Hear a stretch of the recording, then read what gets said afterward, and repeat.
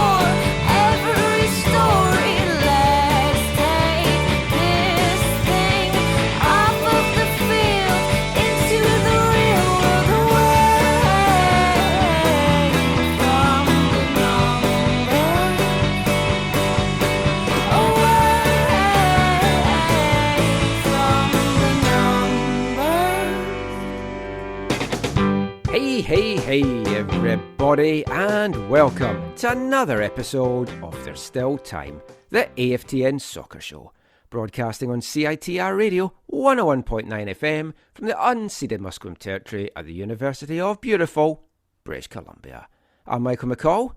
I'm Steve Pander. And I'm Zachary Adam Eisenhammer. And we're back for another packed show of Vancouver Whitecaps and Canadian football chat, and it's going to be a good one. We've got some interviews coming up around the League 1 BC season, Canadian Championship chat. We'll look at the Whitecaps news of the week. That'll probably take up 2 minutes off this show with how quiet it's been, and a lot more besides as well. And it's good to have the three of us back together. How has your week's been, Steve? What have you been up to? Oh, just recovering from a bad back. I feel like I got similar back to what you got. We talked about it earlier. And, I didn't know it was contagious. I'm sorry for passing that on. Yeah, and it happened right after you dropped off a certain bunch of stuff. So, yeah. Just recovering from that, but just watching a lot of TV, a lot of shows. Well, what are you watching, Steve? Oh, a lot of stuff I've already seen before, like a lot of repeat. I don't really want to start. There's shows I want to watch, like The Last of Us. I was waiting to say if you started that, it's fantastic. No, the thing is I'm kind of gone into the streaming thing where I need to watch everything all at once. Like it's hard for me to watch it, but I'm going to try. Maybe I'll watch 3 episodes at least. That's based on a video game, right? Yeah. Colin? Yes. Yeah. It makes us want to get the video game now, I've got to say, because I don't know about the video game, but I've heard good things about the show. I haven't watched it yet. The show is absolutely fantastic. Did watch lots of FA Cup football. Who saw the Wrexham game? That was fantastic viewing. The rest of the FA Cup weekend, not so much, but that was one hell of a game. Yeah, I saw the second half. I told you guys I watched an overhyped, boring game on Friday. I watched the Canadian play on Saturday, which I don't usually watch. I was telling you, I don't really usually watch British football, including the FA Cup. But you kind of watched a Canadian player in the Wrexham game. Yeah. For a while. And then today we watched Wrexham, and it was really fun. My son, because we watched the show, he knows all the players and some of the chants and. It was really fun, and the game was really, really good compared to those other 2 games. It was really, really well, yeah. Really good. The Man City Arsenal game was bad. Absolutely atrocious, which is why I love the early rounds of the FA Cup before all these big teams are in it. But that's the thing, though. It's not like they played horribly weakened sides either. No, it's just a horrible game of football. That's the part that was so disappointing. You have the two top of the table teams. They had good squads out, and they were. It was pretty awful. Yeah. The one thing about the props I got to give to the people who broadcast the game, especially the Wrexham one, obviously, is because essentially they didn't show Ryan Reynolds that much in the. If it was a North American broadcasting team, it would have been every minute or 30 seconds. It would have been Ryan Reynolds on the screen, but they maybe showed him in the second half because that's all I watched, maybe 3-4 times. Yeah, and less in the first half. Yeah. I'll do this shout out again because he maybe didn't listen to that episode that I mentioned this, but we want Ryan on our show in March for our 10th anniversary shows that we're doing throughout March. So Ryan, hit us up, get you on the show. Got a few other exciting interviews potentially lined up from people that know people. little update on tributes that we paid last weekend. I thought Charlotte did a wonderful job honouring the life and celebrating the life of Anton Walks on Tuesday. That was a very moving thing. We talked about Jay Briscoe last week, and we've got Steve on the show this week. Thankfully, Warner Brothers Discovery saw sense and allowed AEW to pay a proper tribute to him, albeit a week late, but it was very nicely done. To have his brother on wrestling the last match, it was very emotional. The video package they put had me in floods of tears, and yeah, it was great to see Steve. And you knew if they had a choice to do it, that they were going to do a good job. I was mentioning to you last week, like in the chat room, that like if they had done it, then it would have been like good. Like it would have been a solid job, because we all remember the Brody Lee tribute back in the day. Yeah, it was wonderful. And the thing is like, yeah, Jay Briscoe said stuff in the past, but he apologized for it. He said multiple times, and he said it was just like a young person not knowing what how the world works and everything. And everybody said he's a great guy. Mm-hmm. And yeah, that last match, you saw Jay Lethal like just basically in tears during the whole match. I don't even know how he could wrestle it, I tell you. Yeah. It was so tough to see, but yeah, nice to see that was honoured. We will get into the football chat soon, but before that, it's time for this episode's Hot Chocolate Boy. Hot Chocolate Boy, he's never had one. Hot chocolate bad one. Hot Chocolate Boy. Yes, it's time for this episode's Hot Chocolate Boy, where I bring you my excursions to the 13th Greater Vancouver, I thought it was just Vancouver, but it's Greater Vancouver Hot Chocolate Festival. We've been out and about. We had 2 visits this week. One was a revisit to Chez Christophe in Burnaby, which is still the best hot chocolate I have ever had. It's finished now, so no one else can go, but we wanted to go back and get it just before. We had it on the first day of it, got it on the last day of it. Winter with a kick, lovely chili, pull-apart, spicy bacon bun as well. That was delicious. But the new one that we went to this week, if you're up at UBC, if you're watching the Whitecaps or any of the games up there, there's a nice little coffee bakery called Dough Girls.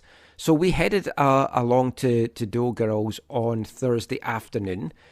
Sadly, this one only ran until January 31st. They've got a new one from February 1st. But it was the Bourbon Street Banana, inspired by New Orleans Bananas Foster.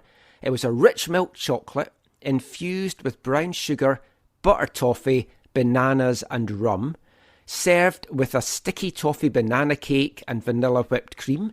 And I've got to say, that was the best sticky toffee cake I have ever had. It was hot, it was melty, it was delicious. Hot chocolate was nice as well. I would have liked a little bit more rum, a little bit more of a rummy taste, but it was still absolutely delicious, not sickly at all. Did you share it with your wife, or did you each get the same thing? Oh, we got one each, yeah. Okay. I don't share my hot chocolate. I saw your wife's photos that she shared on her social media. Yes. And it looked good. It looked delicious, but it probably wouldn't have been like my choice. The sticky bun is not my favorite.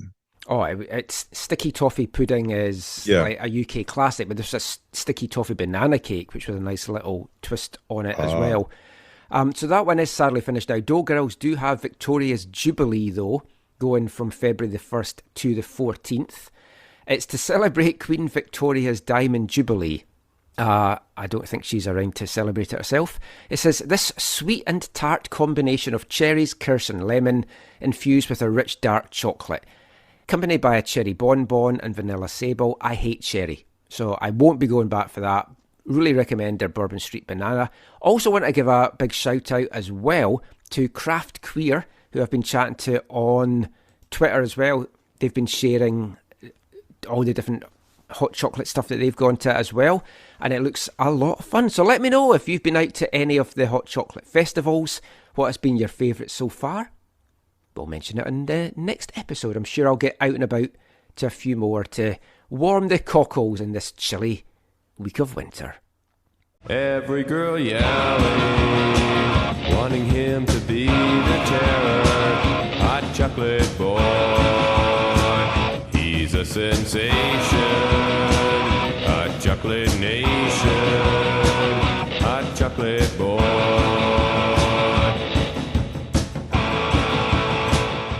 So you'll be glad to know, after 15 minutes of nonsense, we're going to get into the football chat now. And we've had to fill this part with nonsense and non-football stuff because we're going to kick things off by looking at the Whitecaps news of the week. And there isn't any, really. It's all quiet on the Western Front. The Whitecaps did return to Vancouver last week. They were meant to be back training on Wednesday, but they had a travel nightmare coming back from Spain, missed their connecting flight in Paris, saw that some players then got to fly home, some got to spend a nice day and night in Paris, a lot worse places to be, but then they had to go to Amsterdam to fly home the next day. If you looked at Ryan Raposo's Instagram stories, it was like frickin' Philly as fog. Their luggage didn't all make it back either. I don't think it was visa issues. I just think it had got lost by baggage control. And no new players came back with them either. Because the interest in Ty Baribo hasn't come to fruition, Steve. I know we're all shocked at that. Well, your mention of bringing up all quiet on the Western Front. So I'm assuming because of all this travel, some people were in no man's land. It kind of felt like that. I'm sure for some of them. I mean, they left their hotel at 3 a.m. and some of them didn't get home. So they left 3 a.m. Marbella time. So you're looking that would have been 6 p.m. Saturday. They left the hotel and they got home to Vancouver on Monday evening. But yeah, no new players came back from Spain with the Whitecaps. Well, Ty Baribo was rumoured, of course. We've talked about him in the last couple of shows. That was a waste of time by the sounds of it, because reports from Eretz Sports on Twitter suggested that Wolfsburg turned down the Whitecaps' €1.2 million offer. They wanted more for a player that is out of contract in the summer, but they would rather keep him for the run into the season, obviously to get them as high up the league and possibly into European football for next season. So they're not probably going to look to move him now until the summer. So it's a bit of a blow for the Whitecaps, who are now desperately needing to get another striker in. So isn't there a thing where you can sign a pre-contract before in your last 6 months of your deal or something like that? They could do, but I'm guessing he's going to want to keep his options open. But I'm also thinking the Whitecaps also don't want to wait to the summer to land a striker. They need to get somebody now. Yeah. So aside from selecting Karifa Yao in the re-entry draft, the only Whitecaps addition so far is Uruguayan centre-back Mateus Laborda. And that led to Vanni saying this at training on Thursday. Yeah, at the moment, we have only Mateus Laborda as the new arrival. But I think it's wrong to say it like this. We actually have 3 or 4 new players because we have Julian, Schopf and Kubas too. So, who had that on their bingo card? No, but this is not even legitimate. This is like because I know Julian played. They played till the end of the year. It's not like they were injured or anything. I know. Like that. And the only guy I thought they might use it for is Caicedo, because he missed most of the year last year. So I thought they might use it for. This doesn't make sense. I don't know.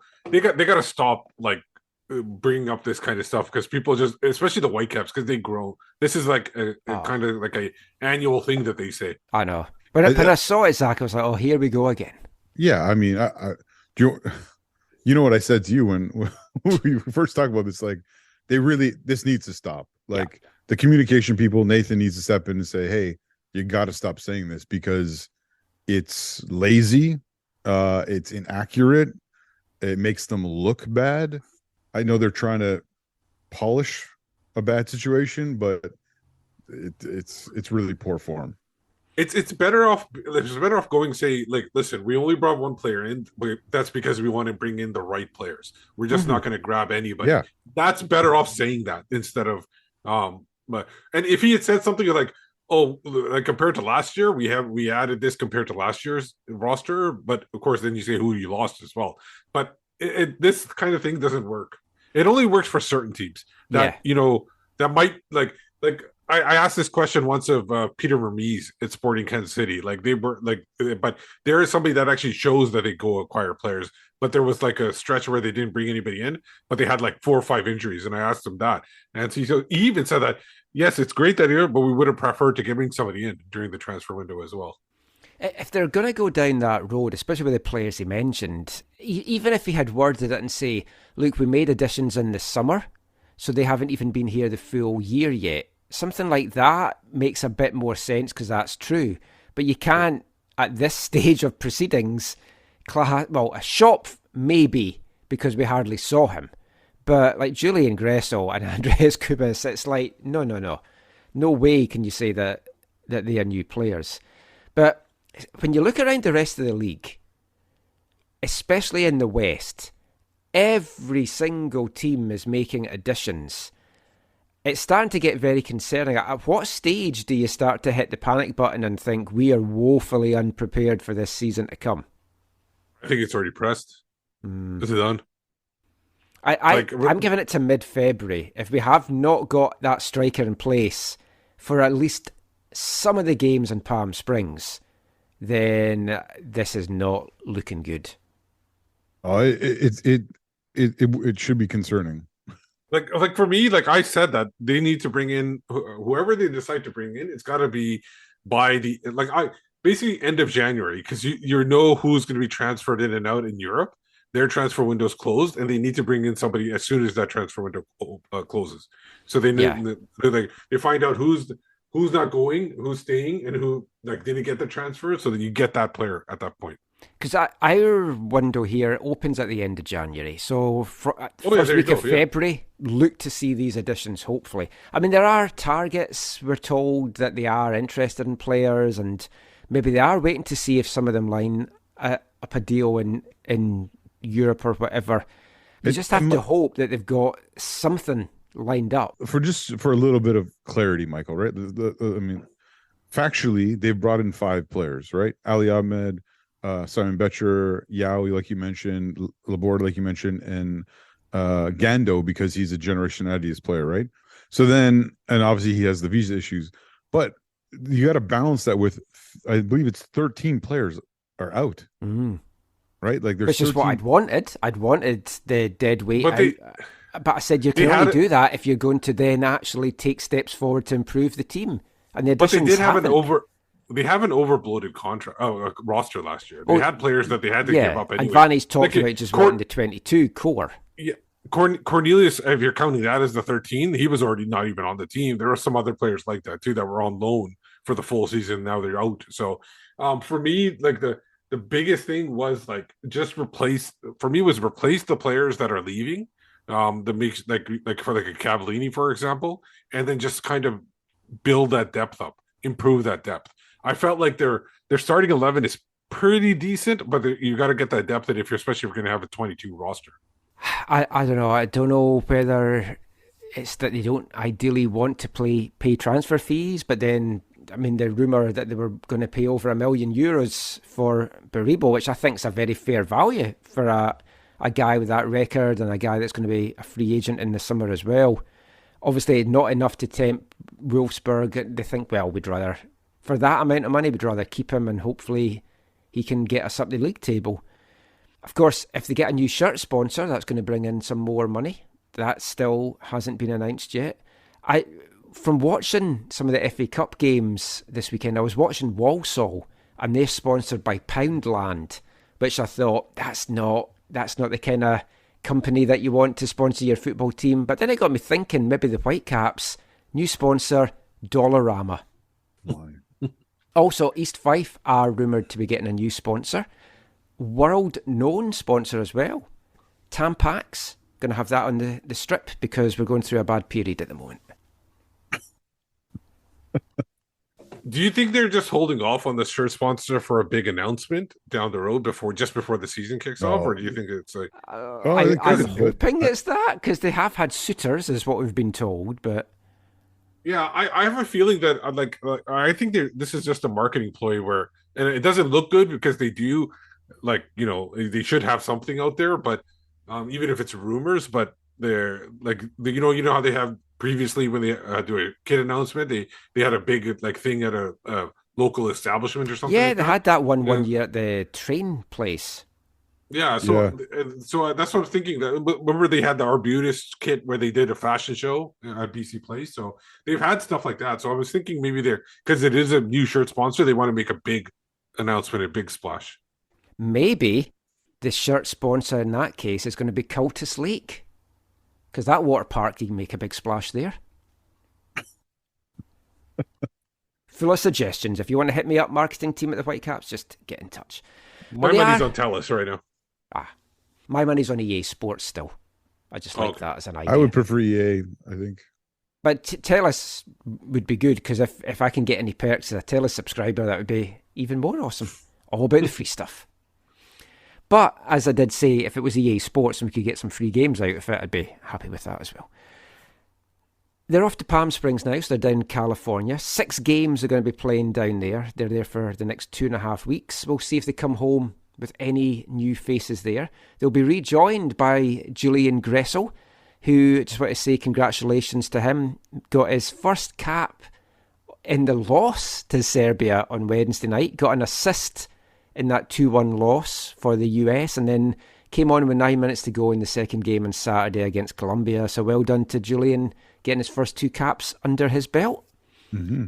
That cross was beautiful for that goal. Oh, early cross from deep. It was nice. Yes, let's talk about that quickly, because that's exactly what the Whitecaps are needing. And then on last week's show, we played Vanny saying he sees him more as a number 8 this year, where you're not going to be quite getting those deliveries from him in that role. No. Because you went on the show last week, Steve. I mean, what's your thoughts of Gressel as an 8 as opposed to a wide player? I think like if he can like go back and forth, like he should be able to go wide sometimes too.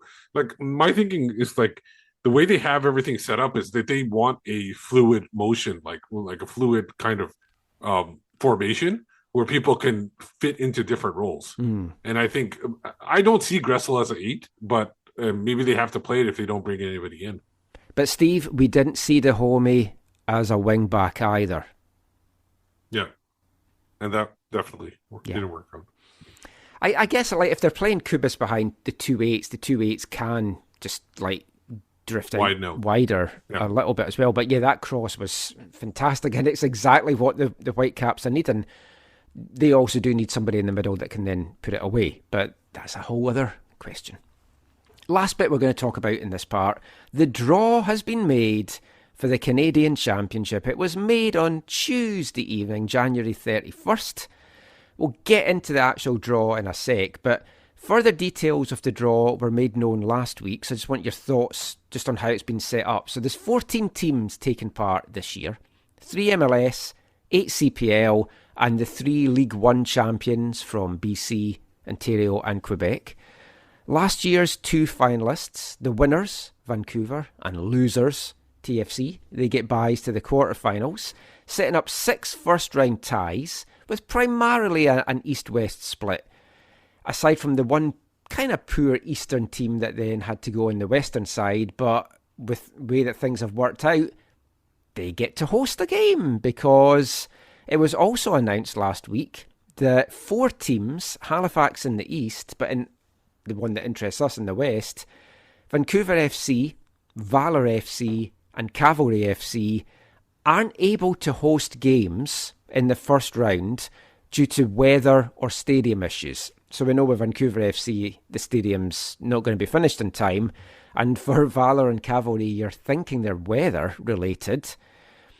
On the plus side, that means Pacific FC and TSS Rovers are guaranteed or were guaranteed to have their home games.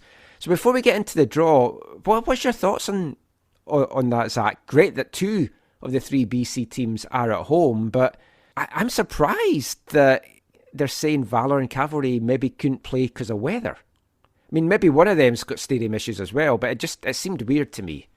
Yeah, you got to think with Winnipeg, I guess, is the weather with the weather. Yeah, I don't know. Or maybe is there some horse jumping stuff that's happening? Oh, maybe I haven't looked at the Cavalry one right enough. In Calgary, but yeah, I guess April's not that. I mean, it does snow in Edmonton sometimes in May, as we know. But as you very well know. I had it in August that once. is weird for those two. Oh, really? The biggest thing out of this is obviously the disappointment for Vancouver FC that the stadium isn't where it's supposed to be. I mean, as not I know that they long built ago, it in Surrey. Tcha. as not that long ago as November, Rob Friend was saying publicly that they wanted Saturday, April 15th to be their home opener Yeah. against Pacific in Langley. Mm. And now we know that You got part of that. they got half of that. This is the wrong venue, or the wrong city. Yeah, they need to do something like for that. I know some people are not into the half scarves, but in this case, it really would make sense considering it's owned by the same. They're owned by the same group and everything like that. And definitely the person that should be wearing it is Rob Friend, that half scarf. How about this, Zach? A scarf of Rob Friend's face. One half is purple. The other half is whatever colour we're going to end up seeing with Vancouver FC. I don't know. Is it black? Is it silver? Is it red? Yeah, it's all those, isn't it? Yeah, I think it is all those so far. As you say that, my son walks into the room wearing a Vancouver Football Club t-shirt, which is white with, I think, just black letter and black symbols. But it'll be interesting to see what happens, because the weird thing in all this is, I mean, for a long time they've wanted to talk about publicly the stadium and what it's going to look like and all that kind of stuff. And I know part of the reasons that they haven't is because I think the city didn't want them to at certain times, right? Like even when we were there last April, yeah, they had renderings, they had stuff of what they were dreaming about and hoping for and whatever, but they couldn't be public. The city wasn't ready to do that. The township, of Langley wasn't ready to do that at the time. There are renderings since then, right? There's been some tweaks. Now, what we did find out this week when the CPL schedule was released in full on Monday was that Vancouver FC hope to have an announcement around their stadium within the next 10 days. We won't get into like that, the schedule, the CPL schedule and everything just now. All I will say is absolutely fantastic. I feel that Vancouver FC have no clashes with Whitecaps home games. It's going to be great for fans that want to get out to support both teams. Everything looks ideal. But we do know that their home opener is going to be on Sunday, May the 7th, a 4 p.m. kickoff. They're going to be at home to Cavalry FC. So the stadium's going to be finished by then at least. But we're going to have Rob on the show next week, so I'm sitting down with him this week for a chat. I'm sure he'll give you a good update on all that. Yeah, we'll find out what's happening. So let's get into the draw now, and what a draw it has shaped up to be. I've got to say straight off the bat, my big disappointment is that there is going to be no BC Derby in the first round of it. But the flip side of that is you've got the potential of there being 4 BC sides in the quarterfinals of the West, which would be absolutely phenomenal stuff. If we get into how the western side of the draw is looking first of all, now one team from the East had to make it the switch over to the western side of the draw. We were chatting before the draw was made, didn't want it to be Montreal, didn't want it to be Forge. Thankfully it wasn't. It turned out to be York United. And that's where Vancouver FC are heading for their first ever Canadian Championship game. Not ideal travel-wise for them, because they're going to be obviously on the island on the Friday before that. This is going to be only their second ever match as a club, and now they're having to make a long and expensive trip out east, potentially setting up a quarter-final and an all-Vancouver battle against the Whitecaps. Pacific FC are also hosting in the first round. They will take on Cavalry in what is going to be an absolutely barn burner of a match. For me, that is the tie of the first round. And great incentive for both of those sides, because whichever side wins that will then be hosting the quarter-final, potentially hosting the semi-final, and then potentially hosting the final as well. So big stuff for both of those teams. And then the game I was particularly waiting to find out, the one I was most looking forward to seeing, who would TSS Rovers get? And I mean, this is so long overdue. I've been calling for TSS to get in it when they were a PDL team. I thought Foothill should have been in it, Highlanders. It's great that they've finally taken this step. I still want it opened up even further. It'd be wonderful if all the League One teams could like the FA Cup, have your very early qualifying rounds and stuff to get in it. I think that would all be tremendous. But baby steps, I guess. Who would TSS Rovers get in their first ever Canadian Championship game?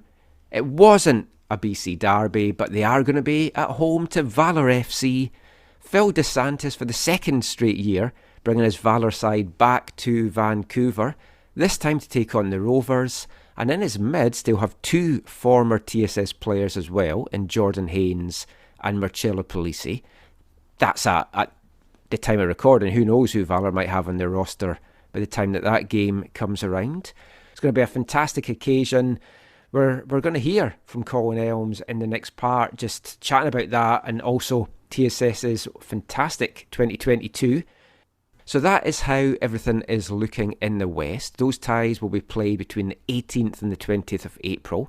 We're recording this right after the draw, so we haven't got the breakdown of what days those are going to be on just yet. The quarterfinals would see Pacific or Cavalry hosting TSS or Valour, and then it would be York or Vancouver taking on the Whitecaps. And talking of the Whitecaps, if they want to go back-to-back, for the second straight year, they will not be facing MLS opposition until at least the final, and then again there's no guarantee that they'd even face them in the final with the way that the East has shaped out, and we'll come to that in a second. But Vancouver drawn initially away from home in the quarterfinals, and they would be away to the winner of that York or Vancouver FC game.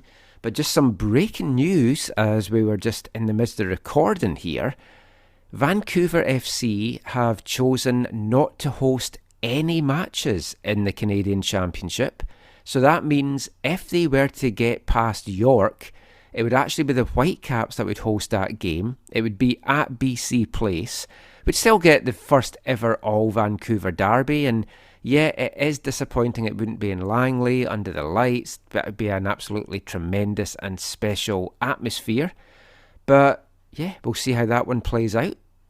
If the Whitecaps were to get through that one, they would definitely be on the road in the semi-final against whoever won the other quarter-final in the West. But they would be hosting the final at BC Place in June if they got all the way through to that stage again. We'll just very quickly have a look at the draw in the eastern side. And in the first round, Forge play host to Laval. Halifax are drawn at home against Atletico Ottawa, but they can't play the games in Halifax, so it's going to be played at a neutral venue. And then the only MLS team that is in the first round, CF Montreal, they're at home to Vaughan SC, the League One BC champions. The winners of the Forge Laval game will host the quarter-final against the winners of Halifax and Ottawa. And that sets up the possibility of an all-MLS quarter-final. If Montreal get past Vaughan, they'll be travelling to Toronto. And the winner of that game will also host the Eastern semi-final. But they will be travelling through to the Western champions for the final, which is scheduled to take place sometime between June 6th and the 8th. Fantastic stuff. Really looking forward to this year's competition. Going to be a lot of exciting games in store. The action gets underway week beginning April the 18th to 20th. Let's see if we can get 4 BC teams in that quarter-final. What a special occasion that would be. So that's the draw for the Canadian Championship. We're going to talk a little bit more about it in the next part as I sit down for a chat with TSS's Colin Elmes, just to chat about the fantastic 2022 that the Rovers had and their pending first ever foray in the Voyageurs Cup. And we'll be back with that after this. Hi, I'm Matteo Puzzi, and you're listening to the AFTN show. Too much too young. You done too much, much too young. You're married with a kid when you could be having fun with me.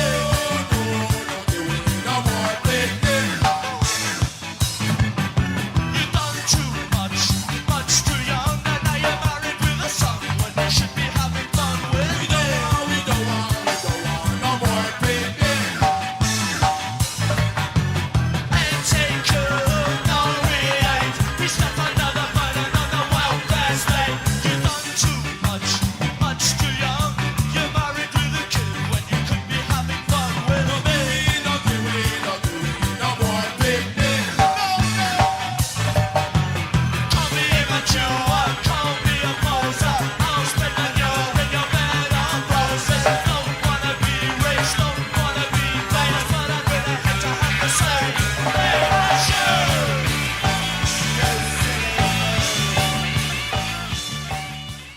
Welcome back to the AFTN Soccer Show on CITR Radio 101.9 FM.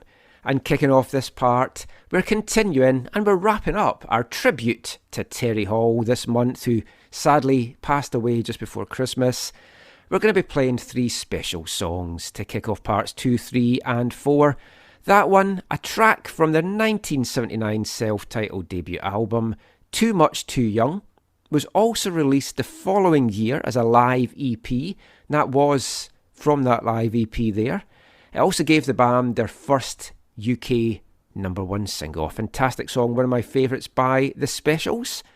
I don't know about Too Much Too Young, but one team that's certainly done a lot in their short history is TSS Rovers. Fantastic 2022 for TSS Rovers. They became the League One champions, inaugural League One champions. We're going to hear from Colin Elmes shortly, just chatting about that year.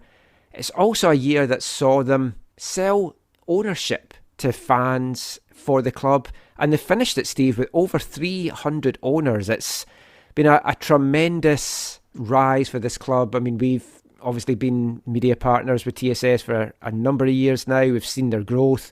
We know the struggles that they've gone through to even just be recognised as being part of BC soccer. Now they're BC champs and they've got over 300 owners. It's been a fantastic rise. Yeah, everybody, like, I think his Twitter handles, like, got Colin Elmes as the soccer pirate.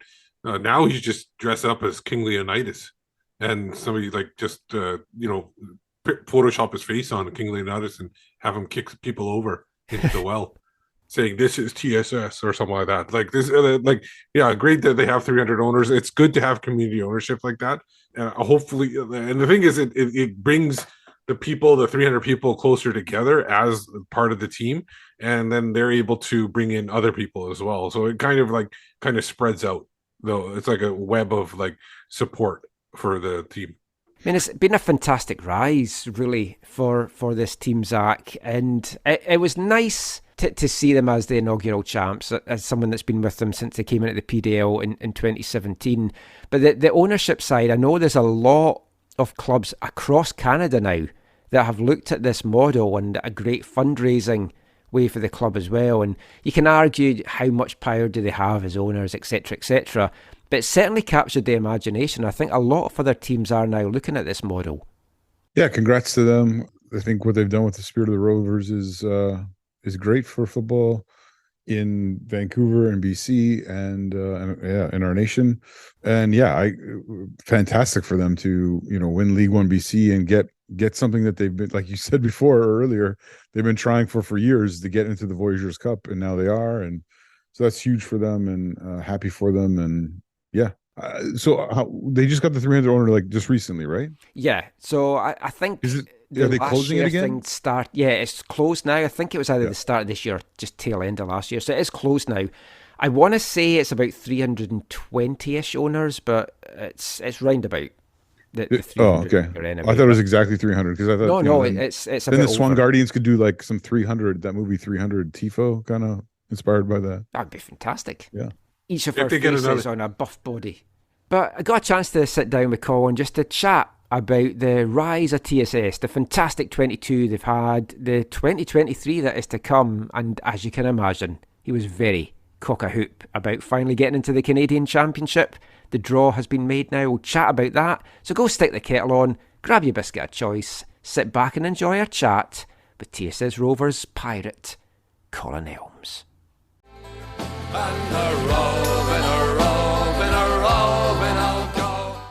So delighted to have Colin back on the show, and what an exciting time this is for us to talk about stuff. We're going to look back to 2022, we're going to look ahead to 2023, and of course we're going to be talking about the Canadian Championship. Before we get to the really exciting stuff though, Colin, I want to go back a little bit to last year. And what a 2022 it was for the club, not just on the pitch, but also off it, becoming a community-owned club. You've got over 300 owners now. You won the League One Championship. Are you still pinching yourself as to what this 2022 was like for you? Yeah, thanks for having me on here again, Mike. It's been a while. It's good to see you. I have the League One championship trophy, just off camera here. Yeah, you know, it was a busy time, and of course, as you're well aware, our main business is our youth soccer club, and that wasn't sitting off to the side, being untouched. So it was a very busy time, lots of unknowns. When you try and do something like we've done with the community ownership, you some days you're like, this is gonna work, right? This is working. This is gonna, and then some days you're like, is this gonna work? Is anybody gonna buy any shares? Like, what's happening here and stuff? And so, yeah, there was the weekly sort of excitement, stress, and then anxiety stress involved in that. And then, of course, there was this unfolding new league, something we hadn't done in a few years because of COVID. And there were all these new teams, and the new league was kind of, walking around in a dark room, right? Because not having done any of this before. So there was a huge learning curve there. We like to think that I was on the phone with Sian Bagshawe, the GM, and Gabriel fairly regularly. They asking our opinions on stuff, just because we'd kind of been through this stuff before. And so, yeah, there was along with the football that was unfolding, there was a lot of stuff spinning around in the background. And honestly, once it got going, for me, I know you were there with Gideon doing the commentary and stuff. It felt like it just kind of just clicked back in. And the really good thing, and we knew this was going to be the case, when we ran before, we were kind of like, so what is that over there? That USL thing. Oh, the Sounders. Oh, the Timbers, But you knew yourself, we would go on the road for 3 weeks and it would all just poof, it would just disappear. Yeah. Literally. And with all the clubs being so close together, right? And the freedom, our Swan Guardians were like, we get to go on the road, and it's 40 minutes or whatever, right? And so to have the ability, and to be honest with you, to have the establishment, BC Soccer, the league, constantly promoting, and we know all about some of the things that fell short, and we've gone through them. We don't need to beat that over the head. Most of that stuff is going to get addressed. But yeah, it was really nice to have the level of momentum from this. Frankly, I've not seen anything like this before at this level of play. Right. We're excited to do our PDL USL thing, but this is so different. And yeah, you can argue that the standard, when the Timbers came to town or the Sounders came to town, maybe the standard isn't the same, but all the games were competitive. Even some of the groups that struggled at the end of the day to get points in the league, everybody took points off everybody, right? And that's what you want. Yeah, both men and women's was more competitive than I thought it was going to be. Yeah. My predictions at the start of the season did not prove right. I might have inspired you guys by not having you make the final.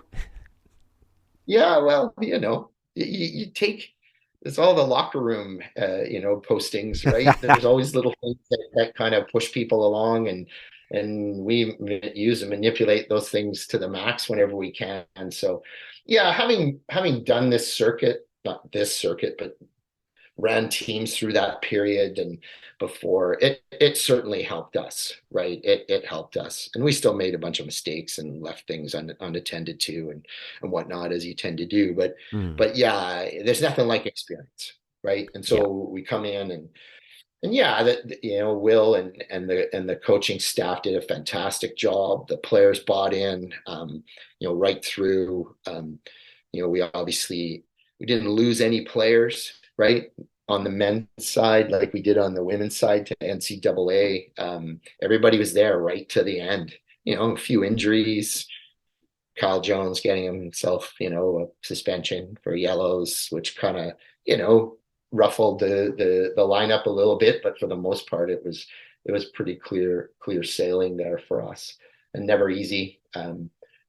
Varsity, Caps, Rivers, all those groups are on any given day can, come up and put a performance together and walk away with the 3 points. And so yeah, getting into the final, I actually when it went to penalties, I was sitting with all of our TSS people up where I usually sat, the press box up there, and I just got up and walked away, and I walked around the track, and I was going over to get the camera. This was in my head, right? Got to get the camera because we had our Veo camera over the other side, but it was a total excuse because I didn't want to be around anybody, and I also didn't.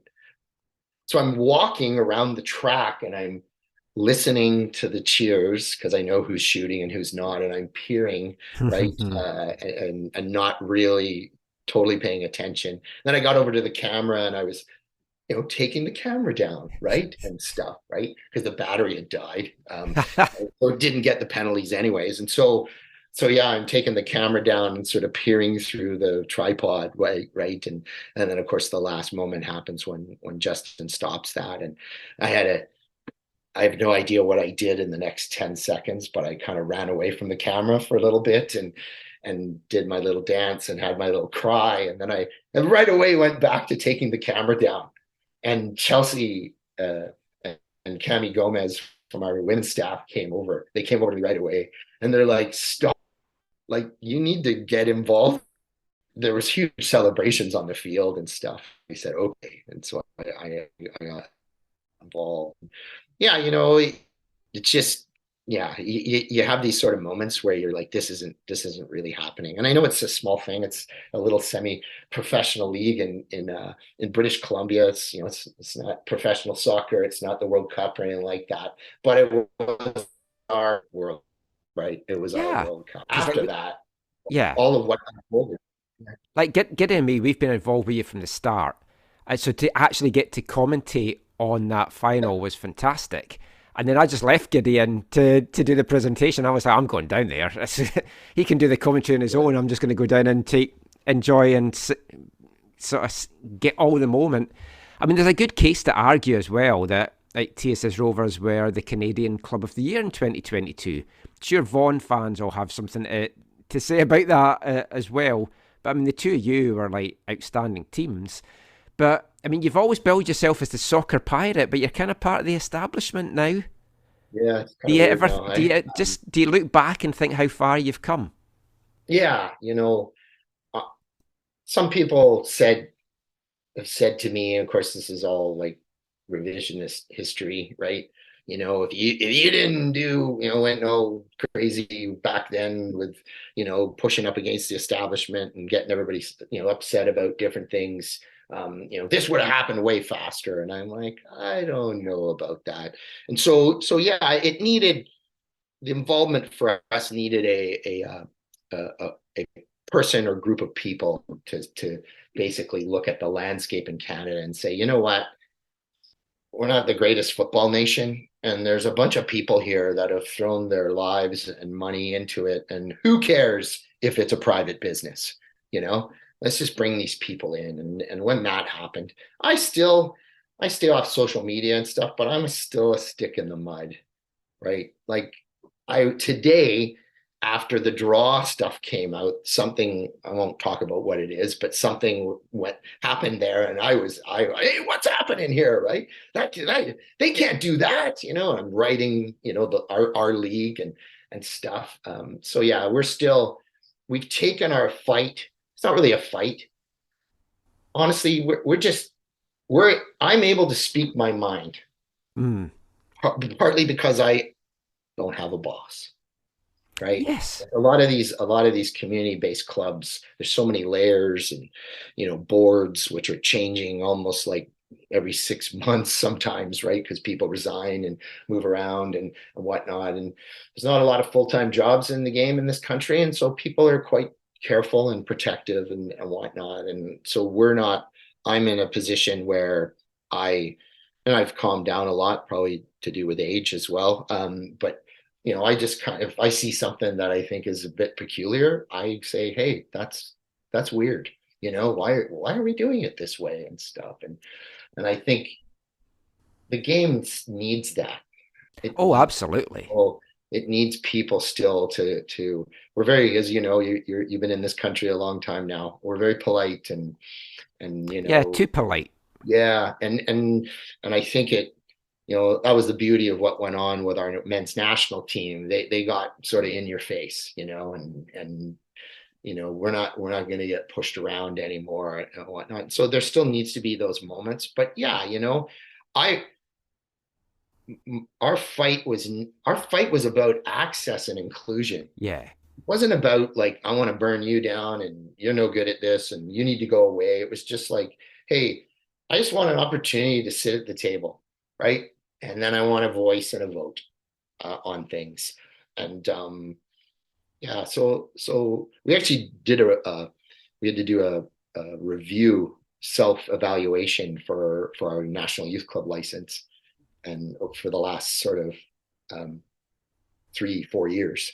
And so I had to write up a review of what had gone on for us over the years. And I'm like, oh my God, like, and yeah, some of it happened by accident and some by design, but yeah, we've had a pretty good run here. I'm sure there'll be moments where that run ends, but the reality is lots of really wonderful, fortunate things have happened to this organization in the last little while. And then this, we got a youth program that is, still probably, what's that League One thing, because that's kind of how the youth soccer industry sort of rolls. But this is, I'm not going to say this is the biggest thing, but it's pretty darn big. This is pretty darn big. To sit there and watching, Wheeler on one soccer say TSS Rovers, that's just bizarre. It's bizarre.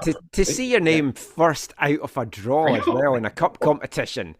But let's get into that now. Let's move into 2023. Sure. We're doing this right after the Canadian Championship draw. TSS Rovers, the first ball out. Now, when they were moving everything around from the east to the west, we were chatting in our AFTN chat and we're going, I don't want it to be Montreal and I don't want it to be Forge. And then it's turned out that it was York, which was great because now we've got a draw, which the disappointing thing is, there's no first round BC derbies, but there could be 4 BC teams in the quarterfinals. You've got Valor FC coming, who I've got to say, I think Phil DeSantis has built a good team last year. He's made some strong additions this off-season, and I'm tipping Valor to be a top 4 side in the CPL. You've got 2 former players at least coming back, Marcello Polisi. Obviously, the Polisi names are very much associated with TSS. Jordan Haynes as well. Talk us through your emotions when the draw took place. Talk us through what you thought about getting Valor.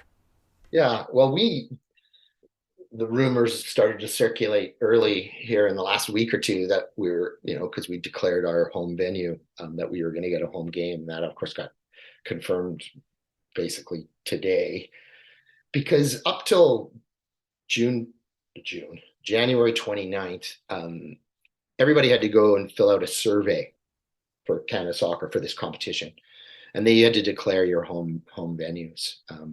This was what was a bit weird for us today, because I was of the understanding that if I wanted to play at home, I had to declare our facility available for the entire competition, right? And it appears that maybe that's not the case now. Oh, right. Yeah. And so we knew we were going to be home. And clearly we were going to play a professional soccer team. Unlike you, what you just said, don't be, we were like, hey, maybe Montreal, right? Maybe Montreal's going to be on our side. See, I always want the tie that you've got a really good chance of winning. Yeah, fair enough. There's that, and then there's the actual business, clearly, and the glamour part of it. Well, yeah, you'll make more money from Montreal game, yeah. Yeah, and just more coverage. Do you know what I mean? Like just more, and then frankly, more giant killing, right? You look at, is it Darvel? Yes, Darvel Aberdeen was absolutely tremendous. So yeah, those sort of things put you on the map, like instantly. Kind of like the draw tonight, I guess, to some degree on the map more, but something like that. So yeah, I'm certainly not dismissing our opponent by any stretch of the imagination. We know who we are, right? We know what's ahead of us. But it's 90 minutes on a grass field, right? And weird stuff happens or doesn't happen, right? And momentum happens, and so you just never know, right? What are we? We're one week into the CPL season. 1 week, yeah, 1 week into the CPL season, but obviously your season hasn't started yet. So this is your first game of the year.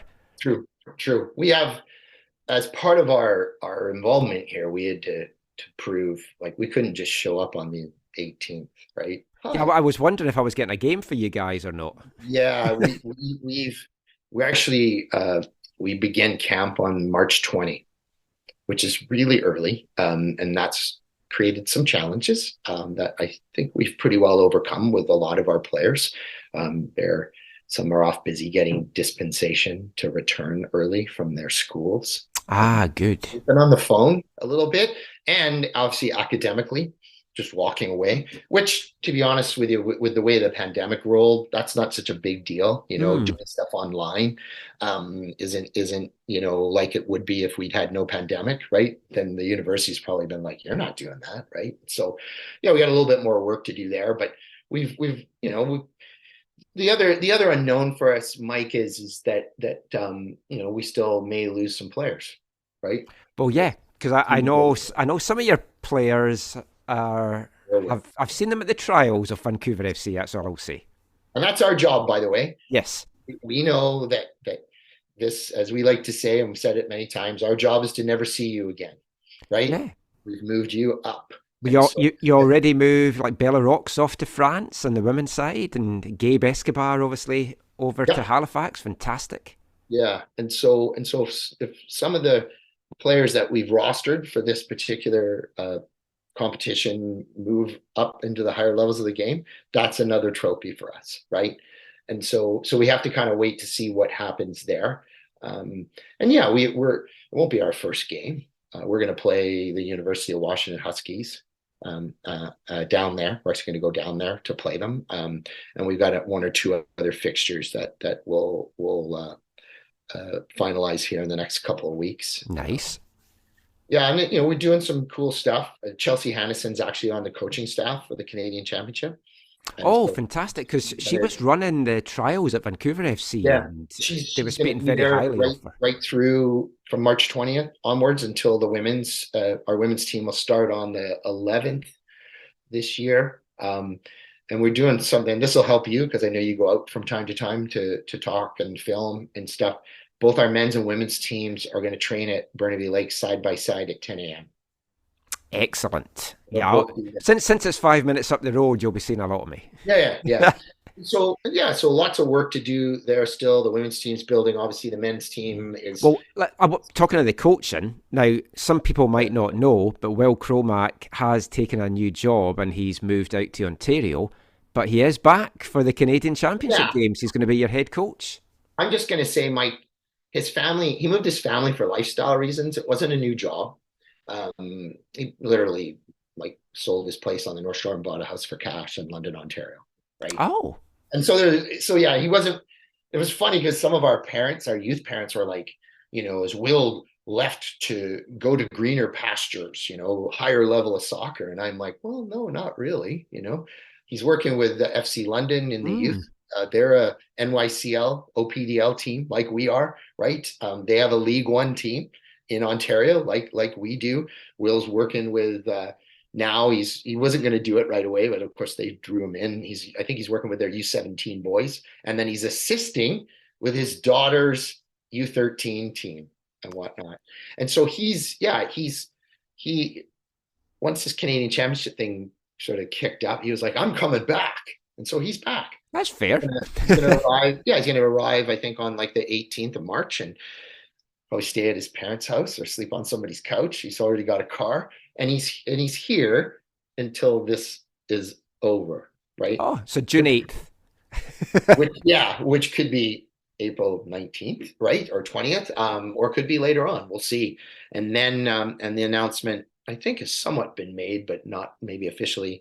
When Will steps away, Darren Rusher, who's been our assistant coach over the last season and longtime staff member with our group, we've been running our U18s in the Fraser Valley Soccer League for many years. Darren's going to take the team over.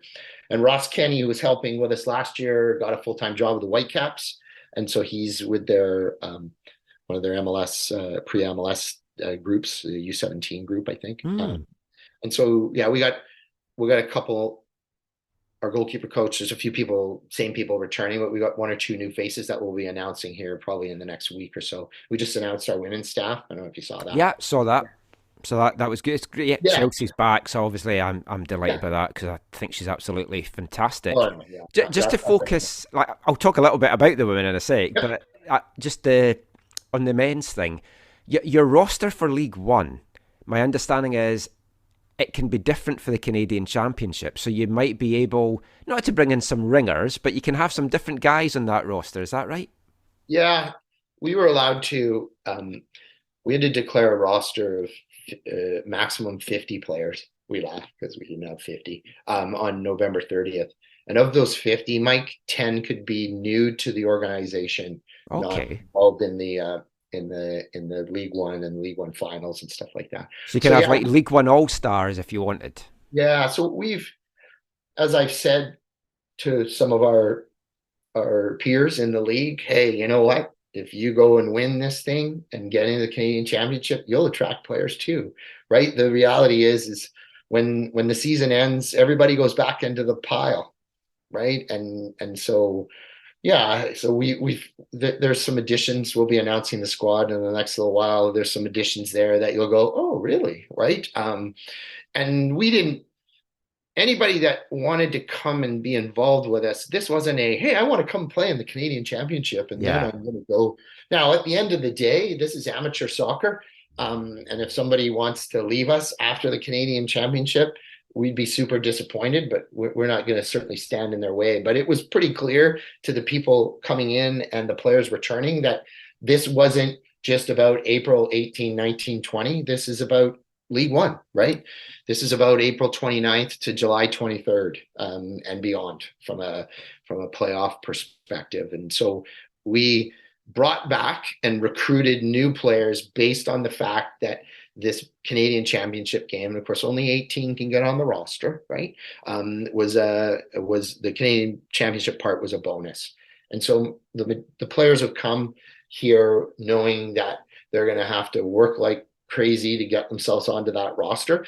But if it doesn't work out for them, we expect them to be here for the season moving forward. So yeah, that's fair. Yeah. The season plans were announced today.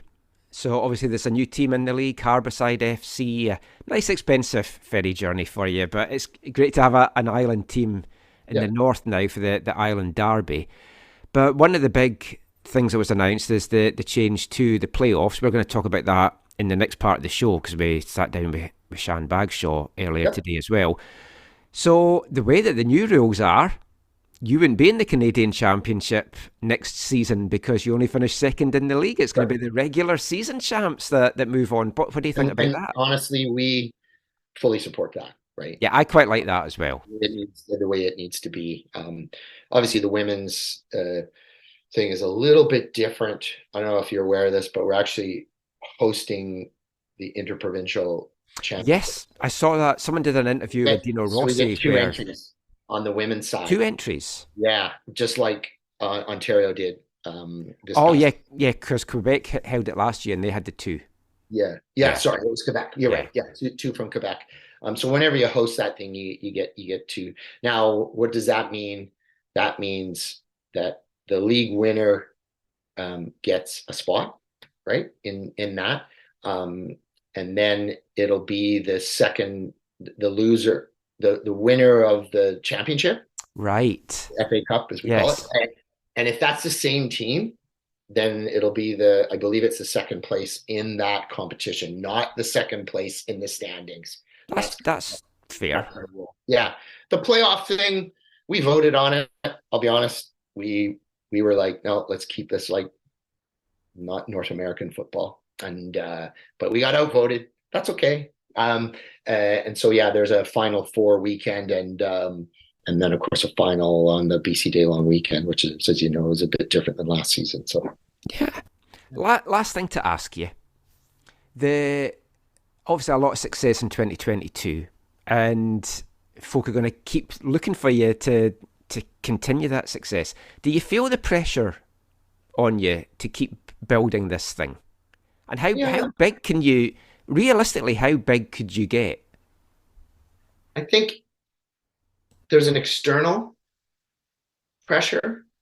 All eyes are upon you, right? And certainly the players already know that are with us that you want to be back in this with this opportunity again in 2024. You need to have the most points in the league, right? And they're at the age where training to win is you got to figure out ways, right?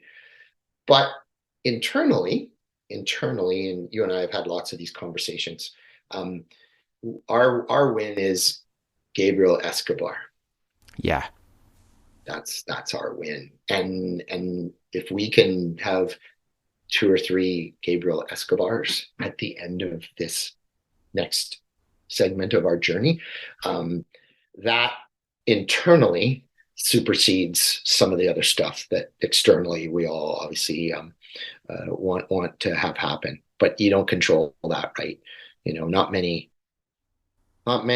clubs these days win back-to-back things, right? It's very, very hard to do. We're driven to do it again, but the reality is one goalpost, one guilted chance missed, and things change quite drastically. Ball goes in off somebody's backside into your goal, and you're out, right? And so yeah. Trying to make sure that we still understand that we are in a development pathway here, and our job is to develop players and push them on. And we, as part of our strategic objectives for TSS in general, we want to be able to sell a player on within the next 5 years. And I know that there is, behind the scenes, there's stuff happening that may see some compensation internally happening. So when a Gabe Escobar goes from TSS Rovers or Altitude or whoever, right, in the league, and they go into the CPL, there may be some compensation that ends up in the group's path that is passed the player on. So we'll see how that goes.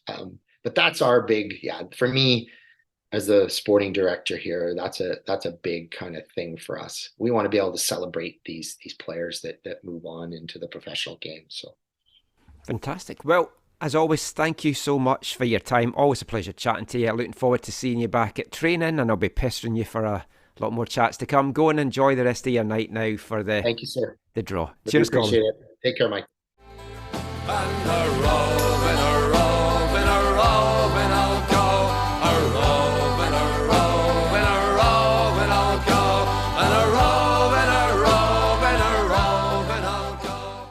Some great stuff there from Colin Elmes, just talking about all things TSS Rovers. It's been fantastic to see their rise. Been fantastic to see the success of League One BC as well in that inaugural season. And we're going to talk a little bit more League One BC after this. Hi, I'm Stephanie LeVay, and you're listening to the AFTN Soccer Show.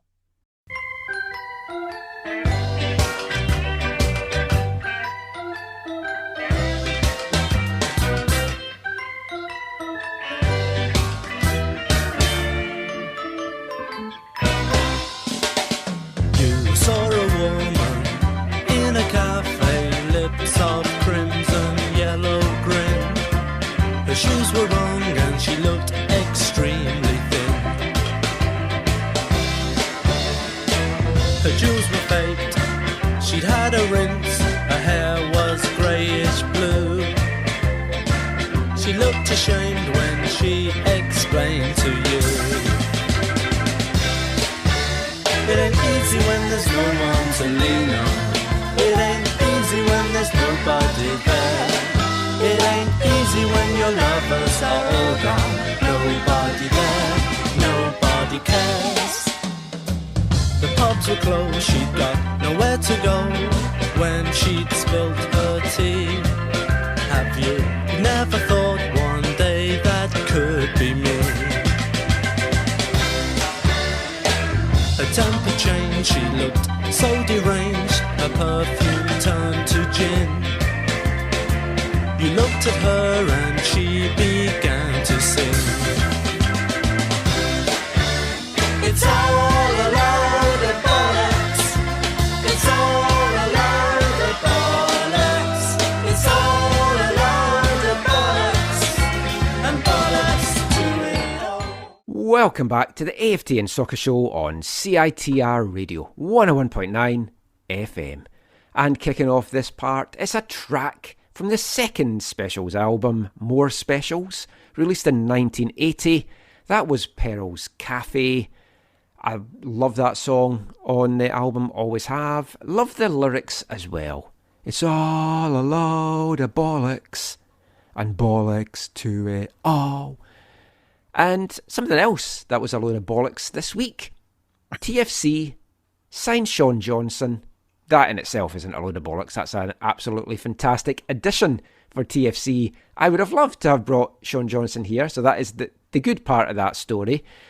But they're trying to bill him as the Minister of Defence. And as we all know, that is taken by Vancouver Whitecaps' own General Manager of Women's Soccer Operations, Stephanie LaBaye. And Steph herself retweeted it going, "Sorry?" ? So they're trying to take the title off Steph, Steve. It's not on. It's not possible. He's American. He's not qualified to be the Minister of Defense. Oh, do you know, I didn't even pick up on that aspect of it, but yes, you are right. Yeah, so it's not even possible. Technically, Steve, you don't have to be born in Canada to be the Minister of Defence, but you need Canadian citizenship. Not to be, no, you don't. To be, you mean they would let me be? Well, Canadian citizenship, sure. Yeah, okay, you're right. But it is a little kind of awkward that Toronto FC would choose to use that as their. It's people that are in social media that probably just showed up like maybe a year ago, didn't have any idea what was going on. Yeah, exactly. And some interns had a funny idea and thought, "Oh, this will be great. No one's ever thought of this before." The funny part of the video, because I saw when Steph LaBaye put up the sorry retweet, that's when I saw the video, and the first time, like, it has captions or whatever, but he's talking and I misheard him the first time because I thought he said, "Hello, TFC fan." Like he was talking like there's only one TFC fan, but he actually says TSC fam, as in terms of TSC fam. Oh, fam. Yeah. But I thought he said fan. It was really fun. I had a good laugh. That would have been better. But yeah, the thing is giving somebody like sure, you can reuse a nickname or whatever, but when it's an iconic situation like that where he led the team to a gold medal, it's you don't reuse it. It's like, I don't know, what are some soccer nicknames, the iconic ones? You don't reuse those then, right? Like to me, there's only one Ronaldo. Yeah. Yes. That other fake one. Well, that's why. Playing in Saudi Arabia. That's why they use both names when they call him, right? Or they don't just use one. And that's why the next one in Brazil, his name was Little Ronaldo, Ronaldinho. Yeah. I'm trying to think of some of the other iconic nicknames, like the Kaiser. When you hear the Kaiser, you think Frank Beckenbauer. Fat Granny Shagger, we all know that's Wayne Rooney. Pele had a nickname too, and so did Maradona or something like that. Like they had nicknames. I just kind of remember them off the top of my head, but they had nicknames for sure. And you reuse those when it's somebody like and yes, I'm not comparing Stephanie LaBaye to those iconic players, but there was an iconic situation happened where people edited her Wikipedia page to include occupation as Minister of Defense. Those kind of things are huge. Like you don't it's just people that don't do research when they tweet something out and thinking it's never been used before. Yeah, low soccer IQ. I also think it's kind of awkward because it's like you said, Steve, it's an American, right? Like that is, as much as I said that doesn't matter, it is kind of awkward. Yeah, I mean, no one's going to say El Tank. There's only one El Tank in MLS. El Arm Personnel Carrier. Yeah, let's see if they can sign a striker that's got another cool nickname that they can do something with. But yeah, that was all a load of bollocks. Something, though, that wasn't a load of bollocks was League One finally came to BC in 2022, and it was a great first season for the league. We talked a little bit about it with Colin in the last part. And there's going to be a new team, an 8th team now this coming season in Nanaimo, 2 island teams. And it's great to see it growing. And I still feel there's a lot more scope to get a lot more teams in, but it's nice to have an island derby now in the league as well. Oh, totally. Yeah, So, that'd be great. yeah, looking forward to getting to that. So, our second feature interview for this episode is with the League One BC General Manager, Sian Bagshawe. So we just wanted to chat to her about the fantastic inaugural season for the league and what might be to come in 2023. So go stick the kettle on again, you're worth it. Get another biscuit and sit back and enjoy our chat with Sian.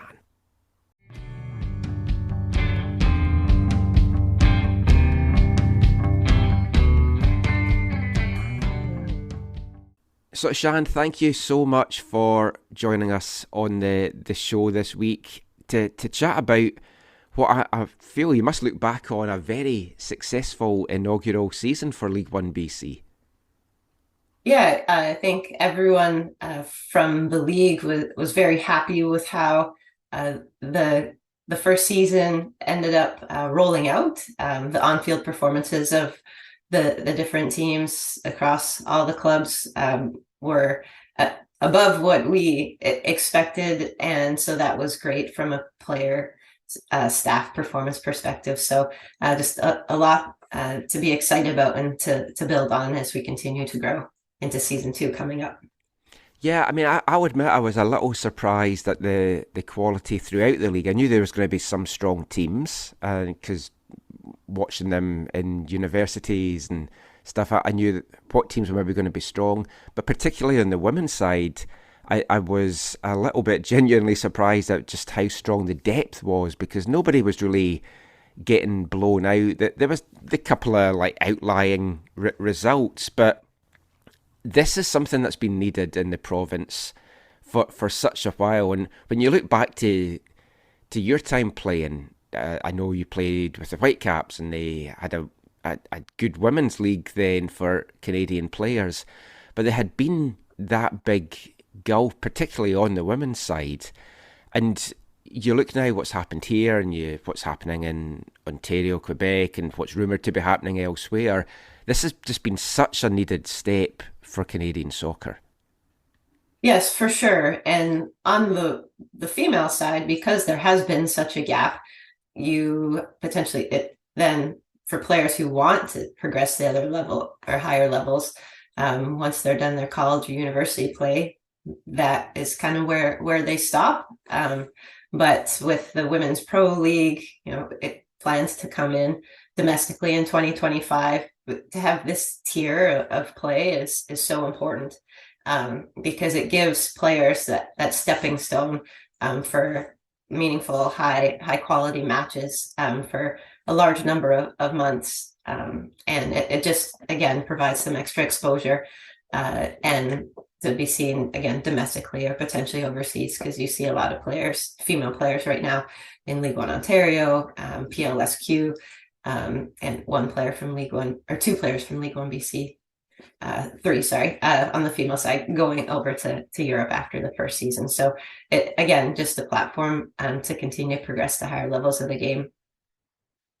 Yeah, I was going to mention that because like you look at it, Bella Rock's gone from TSS, she's over in Germany just now. I was going to say France, but that's Kayla Consalves from Altitude, and then of course Danielle Steer has gone down to Australia and she's doing so well. On the men's side as well, we've got Gabe Escobar that's gone into the CPL, and then just drafted this year by Vancouver FC, Anthony White as well. So I think that like the feedback, I don't know like how much the leagues maybe spoke to players after the season was done when you were just rounding everything up. What was kind of the feedback like from that side of things? Yeah, one of our goals was to get direct player feedback at the end of the season. And that's something we're looking to definitely do as we go through this season. So we receive feedback, end up being from the clubs, the end of season survey.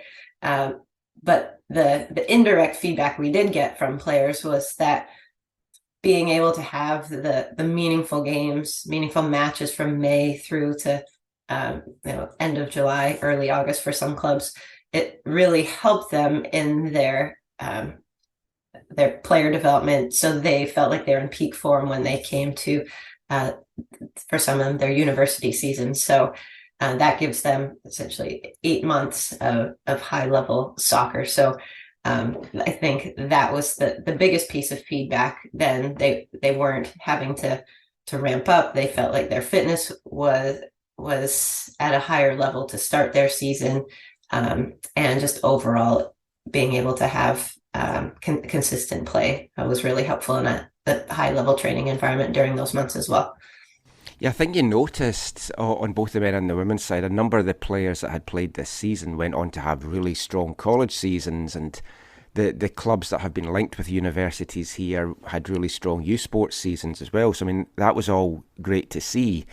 So we'll have a little look forward now into 2023, and I know there's maybe some things that you can't say just now, but what's your expectations? What's BC Soccer's expectations now for League Two, for continuing this growth of the league this year? I think a big goal of the league, and also of the clubs, is just to raise the standards, off field and on field. So what went well in season one, can we do better? So can the on field performances be consistent? Can the depth of the player pool across the province, across the league, within each club gain more strength? So you have the pathway from BCSPL to into League One, and then on to, again, higher levels of play. So the various levels within the player pathway to support one another. So I guess the league's growth from, goal from a standards perspective is match day standards being as consistent as possible across the different 8 club environments. And the clubs are really working hard to raise the standard that they have for the match day experience for players and fans. So that experience as well it is really important for the growth of the league and the support of the clubs. And yeah, that again, the support that the players get to be able to perform to their best and their potential. Talking about that then, because we're talking about a lot of the positives, that there is a couple of negatives or less successful things that I wanted to talk about, and one of them was that fan experience, because obviously as somebody that had been doing a lot of commentary at all the various venues, you saw what everything was like. One of them, I guess, being admission fees, where I think the two of the clubs in the Lower Mainland, I'm not sure, I think Victoria charged as well, but you had some clubs charging money, you had some clubs not charging money, you had some clubs that had great game day experiences, and there was food trucks, and there was some clubs, I know Varsity struggled to get food trucks to come out to UBC, and there was some clubs that had nothing at all. So I guess that's what you're talking about by the standard, that everyone has to offer a minimum now of something. Yes, exactly. And that the clubs all are buying in. They're all definitely on board. They want to deliver that higher level experience to bring more supporters in. Everyone across the board is aware of kind of the gaps they had internally, and reflected on that, and they're working to just dot those I's, cross those T's for season 2, because again, it only benefits the club and the league, and it just increases the match day experience for their own players when you have more people in the stands. Yeah. Also, if you're there for 4+ hours, it's nice to be able to grab something to eat as well at some of the venues, which... Yeah, and there are some roadblocks that this club's faced, and there's a high demand for food trucks on certain days, so it makes it a bit tricky. But those are all things that the clubs are addressing for year 2, and again, just trying to build on what they did well and fill the gaps of where they can continue to make those improvements. I guess if we're talking about things maybe that hadn't gone as well, I'll talk about the other thing as well, which was the eyes on the league, getting fans in to watch it, getting media coverage as well. What are you hoping to do to kind of raise that for 2023?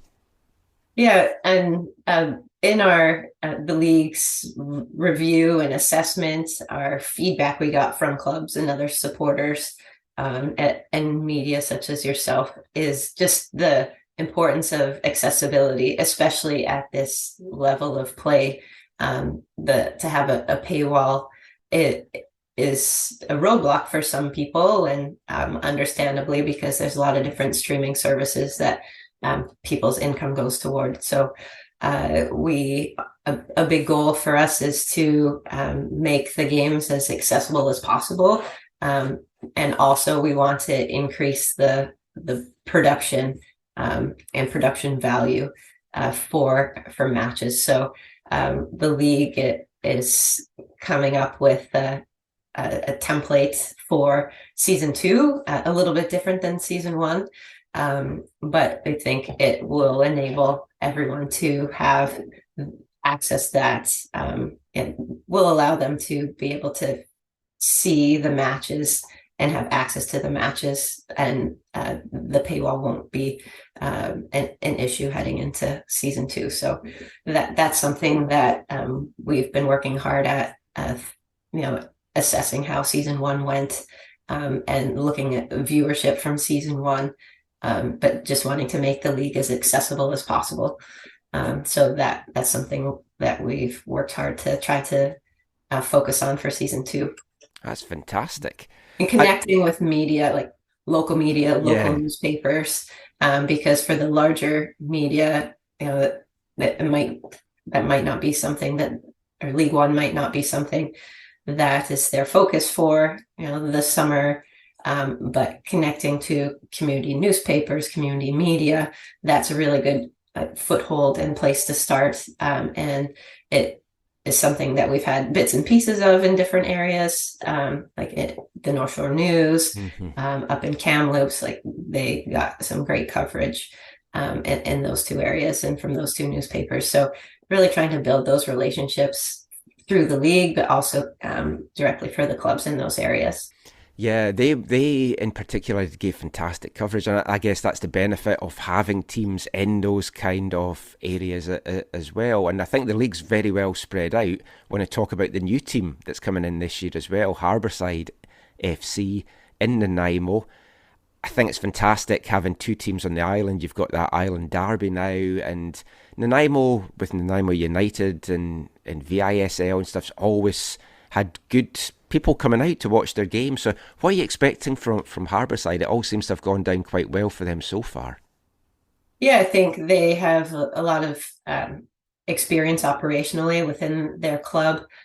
So the excitement for them to join and be part of League One is also comes from a place where they have the experience, and they know it will be hard as an expansion team where the other clubs are experience it for the second time, but with the experience throughout the club and the resources they have operationally, I think they'll have the right support. And they are just very, the Island Derby is something that I think once our schedule's released, it'll have some match dates there that people will be pretty excited about, and opportunities to go and watch those matches. So they're just on board and excited and collaborating with the other clubs and using them as a resource as well. So they've fit in really well to the league structure so far. If you're looking at growth of the league, I mean, a lot of folk, they'll look at League One and they'll just see how fast the Ontario side of things is growing. But I think the more cautious approach here is probably good, because you don't want to dilute the player pool too much and have to bring in players maybe from outside the province. But how big do you think League One could get over the next few years? Are there still more markets, more cities that you feel are very supportive and would like to come into the league in years 3, 4, 5 onwards?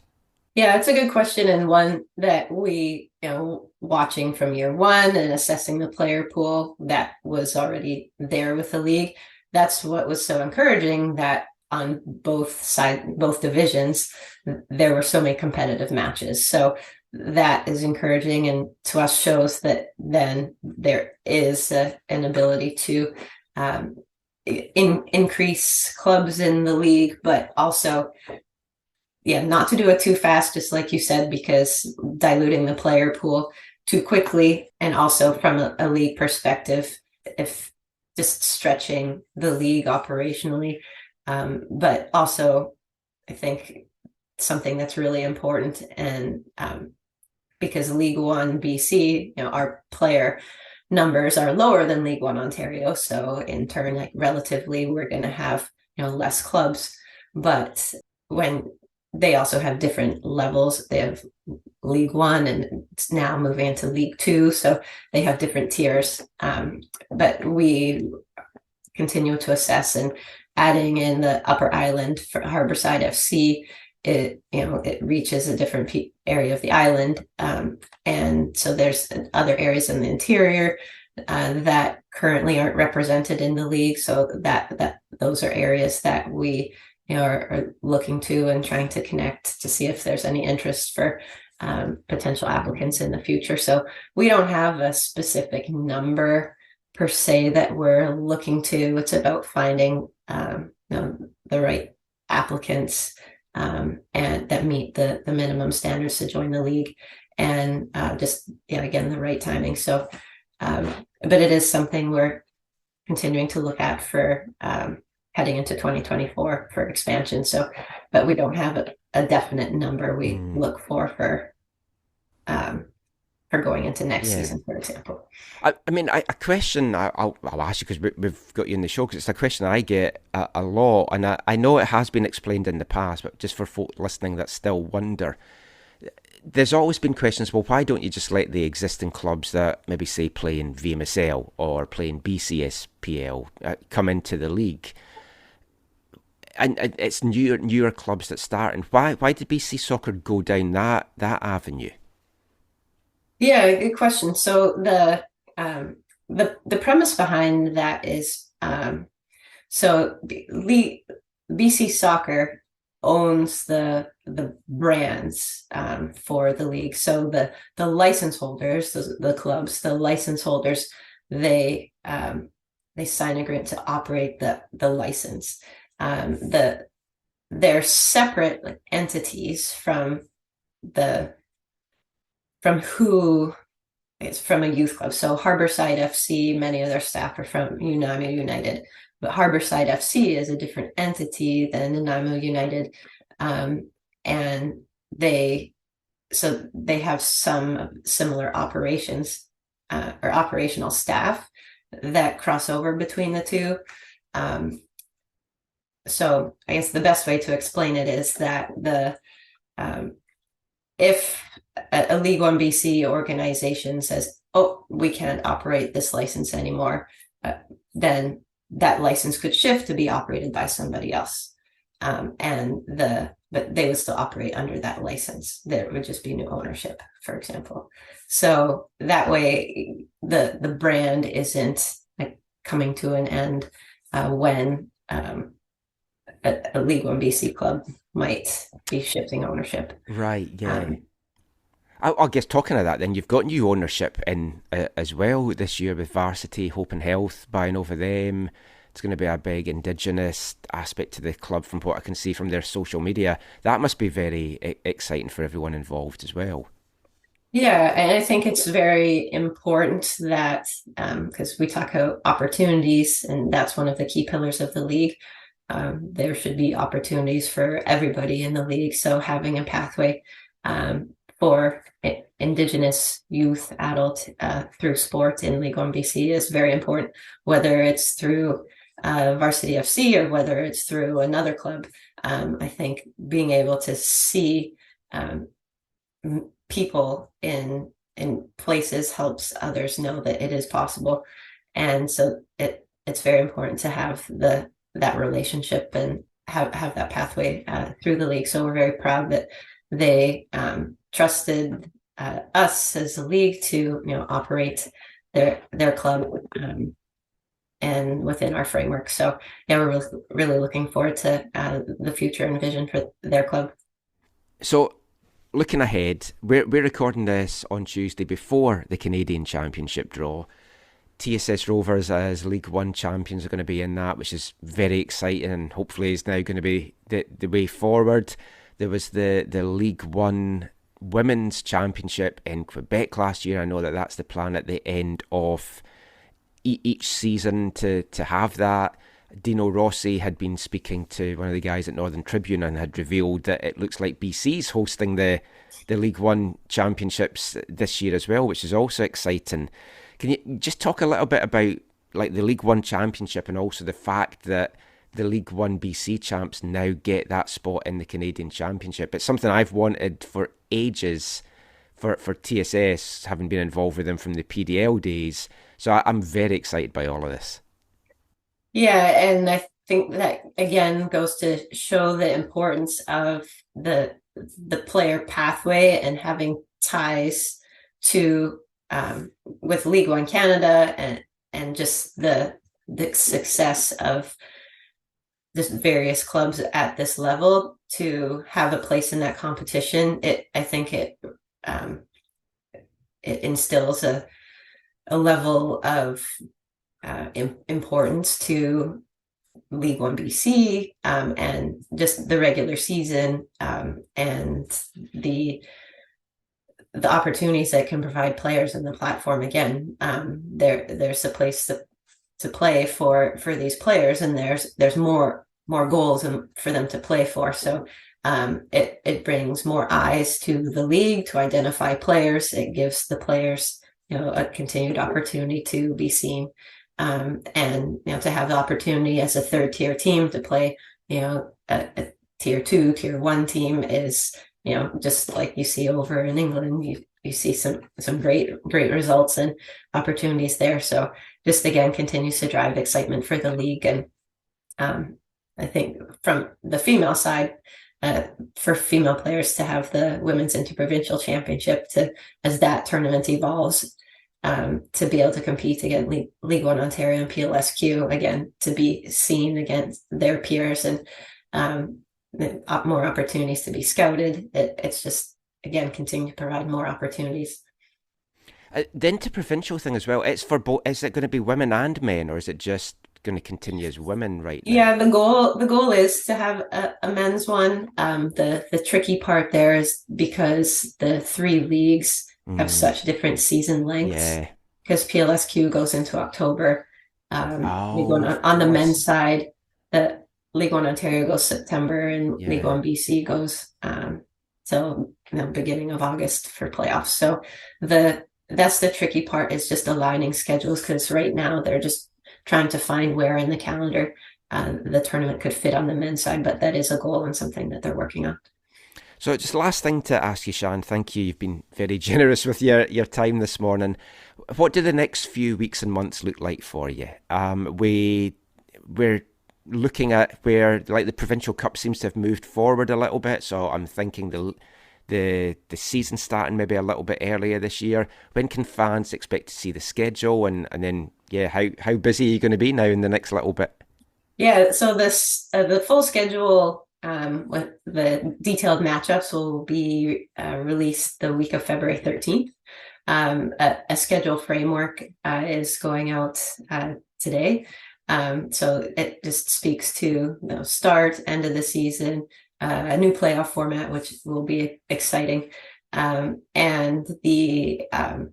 but for my next couple of months, it's a lot setting up planning, checking in with clubs, see what support we can provide, implementing our platforms, and just trying to support clubs as much as possible. So, the big piece though is just ironing out our schedule and securing venues and times, and so that's going to be coming down the pipeline very soon, which is great.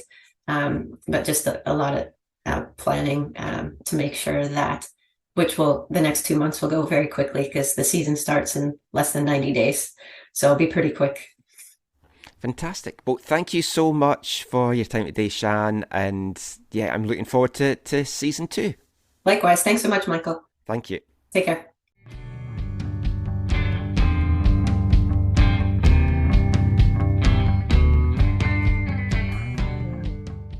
Great stuff there from Sian Bagshawe, the GM for League One BC. And as Sian alluded to there's going to be a number of announcements coming out over the next couple of weeks just about the league and the 2023 season. So we spoke to Sian on Tuesday morning, and just a short time after that, the first of those announcements came out, with the league revealing the schedule framework for their second season, and there's going to be a new playoff format as well. The 2023 League One season is going to kick off on Saturday, April 29th. It's going to wrap up on Sunday, July the 13th. With the addition now of Harbourside FC, taking it up to 8 teams, the 12-game season from 2022 is going to be extended to a 14-game season for this year. The full schedule is going to get released the week of February the 13th, so only 2 weeks to wait if you're wanting to kind of plan your football going experiences for League One, Vancouver FC, the Whitecaps. Maybe get some trips in there as well. I know that's what I'm certainly hoping to do. Once again, all the games will be double headers, with the men and the women's teams playing on the same afternoon or evening. The big change, though, in the schedule for this year is the introduction of a new playoff format. And that should guarantee a little bit of extra excitement, because there's going to be 2 Final Four. So the top 4 teams in each division will make the semi-finals. They will take place on July 28th or the 29th. Whoever finishes first during the regular season will take on the 4th place team in one of the semi-finals, with the 2nd and the 3rd place teams facing off in the other semi-final. The winner of both those semi-finals on both the men and the women's side will then play in the 2023 League One BC Championship final games over the BC Day long weekend again. Once again, that will be at a neutral venue.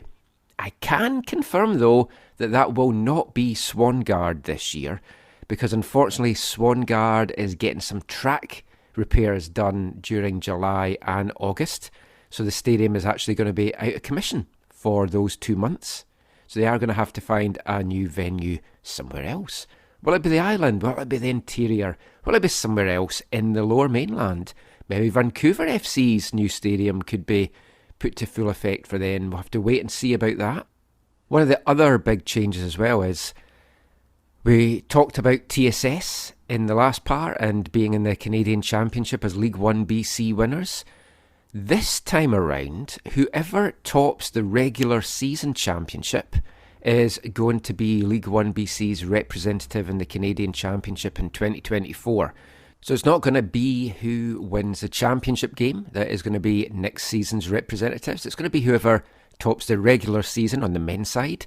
And on the women's side, whoever wins the regular season is also going to be the League One BC representative at the Women's Interprovincial Championships. More on that in a sec.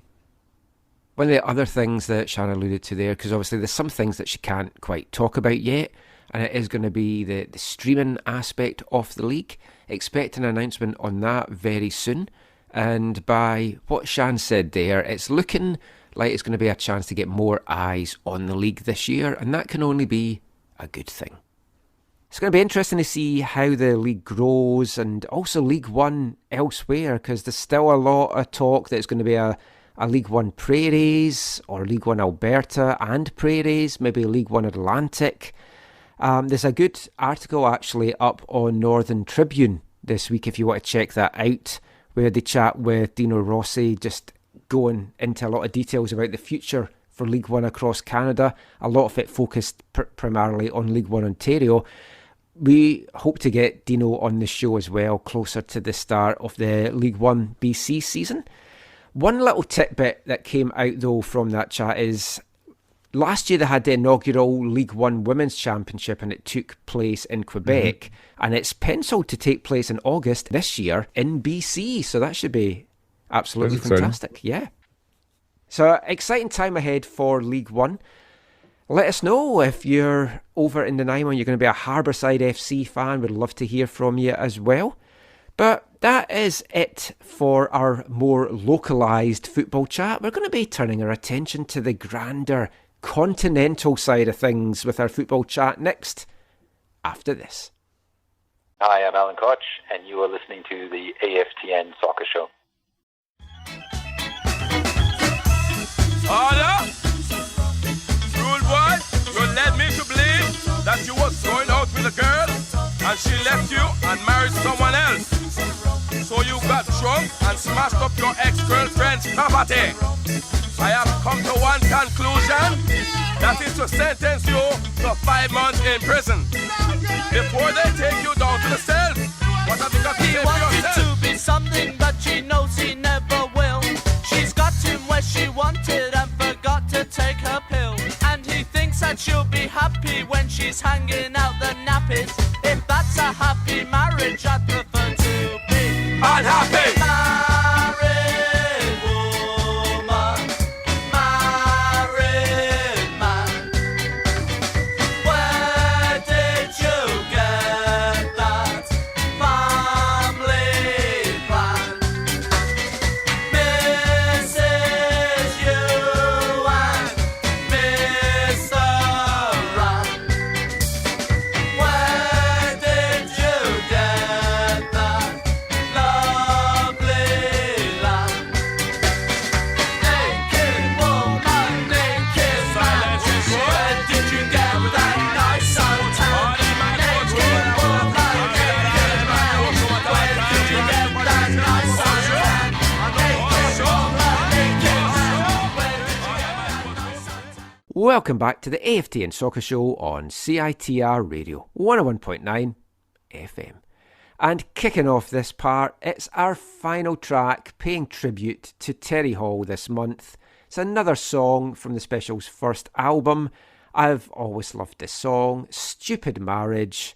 Great song. I could have played it in full, but I got it down to just over 90 seconds, so that it took me a lot to do that. But I hope you've enjoyed all our stuff from Terry Hall, paying tribute to the great man, the great vocalist, the great lyricist. His career with the Specials, Fun Boy 3, The Colour Field, more as well.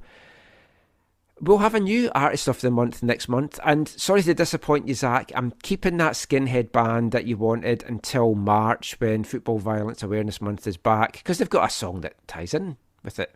That'll surprise you. Yeah, I have no desire to hear that. Oh, it's a great band. We've played them okay. before, the Skinflicks from Luxembourg. There's your teaser yeah. for March. But we are going to have a great band in February. I've gone back 40 odd years. It's a good post-punk band, so yeah, I'm sure there's Folk and Whistler just now turning off their radios. As they Are there not say. any like country football songs? I've got a lot of football songs that mention half of that word. A good one about Gareth Southgate, actually, but I've never played that in the show. Do you want me to play that? I could play that this week if you want. I'm not saying I want you to play that. I that's what I heard. No. Anyway, let's get out of this hole and let's get back into the football chat. We heard Stupid Marriage there from the Specials, and this seems to be a lot of marriages in North American soccer at the moment.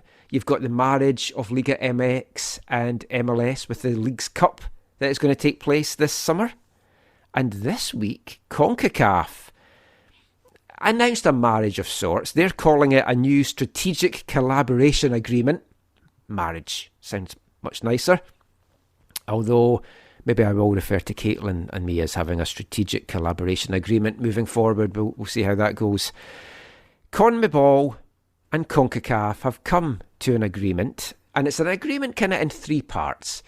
First of all, Copa America 2024, which had been penciled to take place in Ecuador, but Ecuador decided that they couldn't organise it because they had some public security issues, is what has been said. Nothing to do with this plan coming forward, but Copa America 2024 will be played in the United States in the summer of that year. It will include the 10 CONMEBOL teams, and the 6 best CONCACAF teams will be taking part as guests, so a 16-team tournament altogether. The traditional CONMEBOL tournament will be co-organised by both confederations. It'll come 8 years after the Copa America Centenario in 2016. I think you went down for some games in that, Zach, didn't you? I went down to Seattle, got to actually see Messi, the only time I've seen Messi play in the flesh, and it was a fantastic occasion. I loved that, and I'm very excited by this. Yeah, I mean, it's great that presumably Canada will get to be a part of a competitive deal, right? Going like ahead hopefully, because that's what the 6 CONCACAF teams will Presumably be qualifying based on the 2023-24 Well, CONCACAF it would be a Nations catastrophe League. if they don't. So they should get through, Steve, and that would be a fantastic occasion for them. Yeah, definitely. I think, I agree that they should definitely get through, but you're always going to have that nervousness about that. I think it's like I think it's what Canada needed and stuff like that in order to make sure that they have some kind of competition against top quality teams going into 2026 because they're not qualifying. And obviously this will help them get some of those in. Obviously, they're going to have to do a lot more for friendlies against top teams. I was hoping they would play something this, January or whatever, but nothing happened from there. So, yeah, it's just a matter of getting as many games as possible to get prepared for 2026. And the thing with this, I think it's great for fans, it's great for the teams, it's great for the players, just everything about it. I'm very, very excited. It had been rumoured for a couple of months now. I also am very excited to see how some of these CONMEBOL teams are going to deal with CONCACAF officials. Uruguay and CONCACAF referees seems a marriage made in heaven for watching as a fan. Should be tremendous entertainment.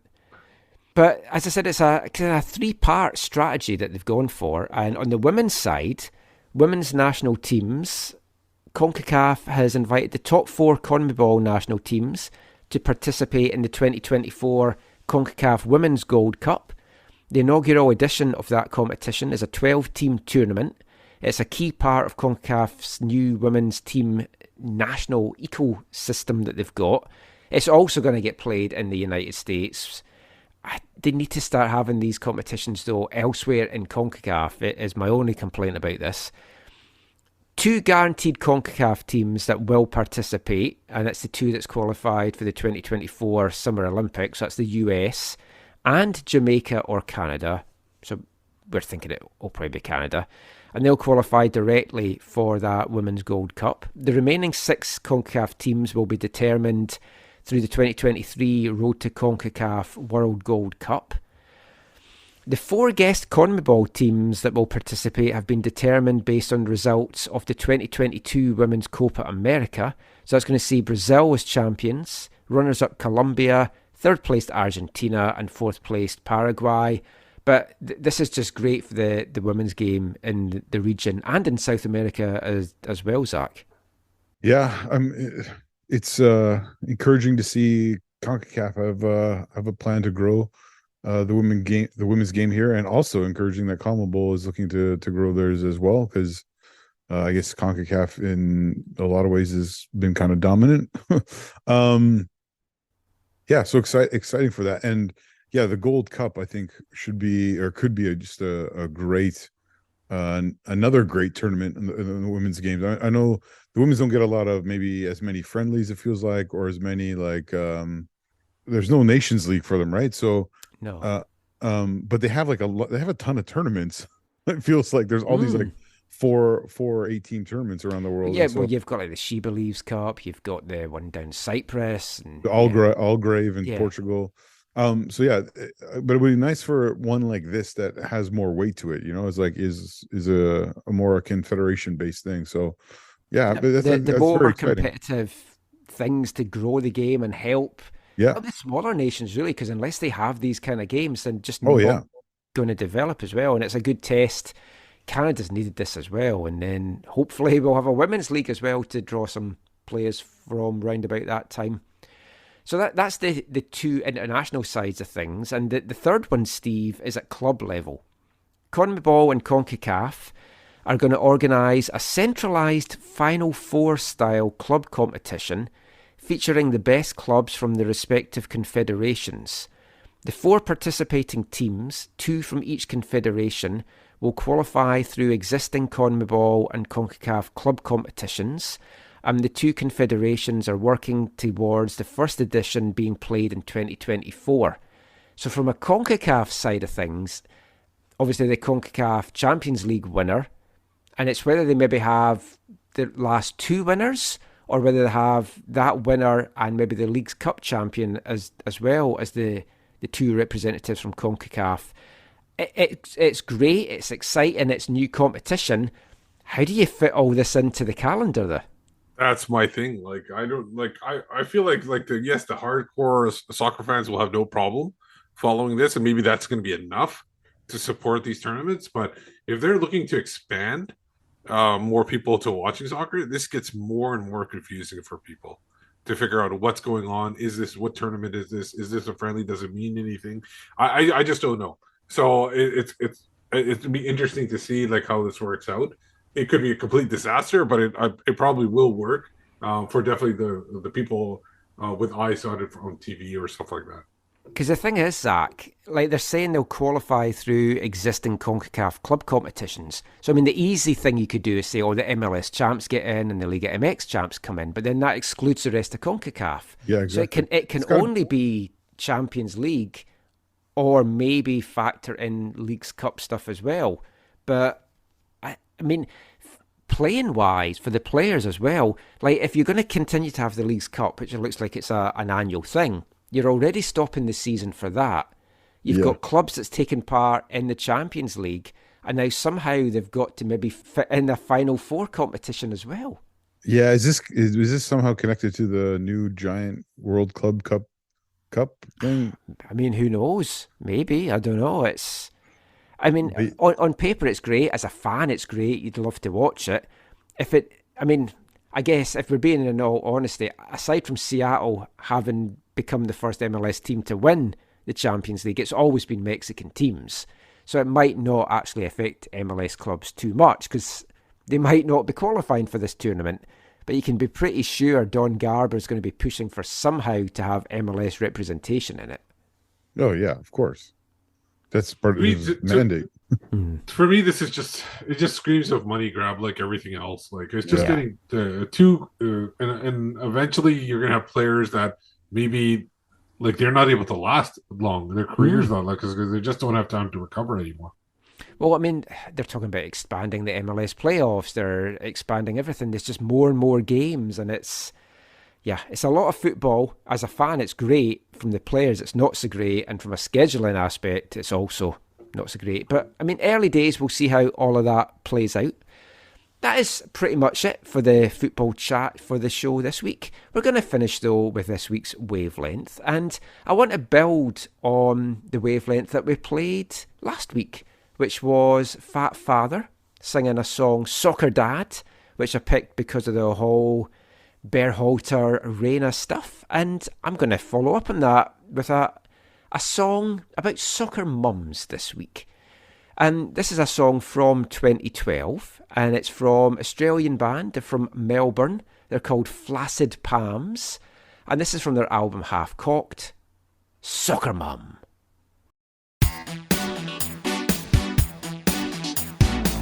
I see you driving in your box of steel. It's a shame you can barely drive it. You say you need it for rugged suburbs. All those hills and shit. Yeah.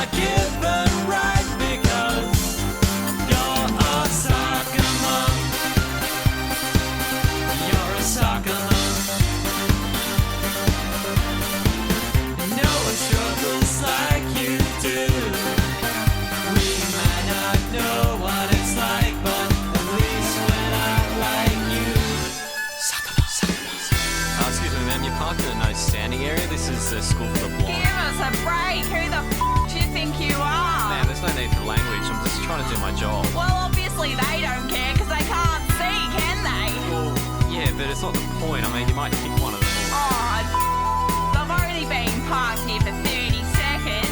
I think you'll find it's been longer than Is that. this what you call a job, you f***ing... It's all I've got. I'm sorry. Oh, just go. Out at the shopping centre causing a scene. Your kid is screaming, throwing shits on the floor. You're at the checkout where you bitch and you moan. Always wanting more, bitch. You want to get your own way. You'll never take the blame. Everything's your God-given right because you're a soccer mom.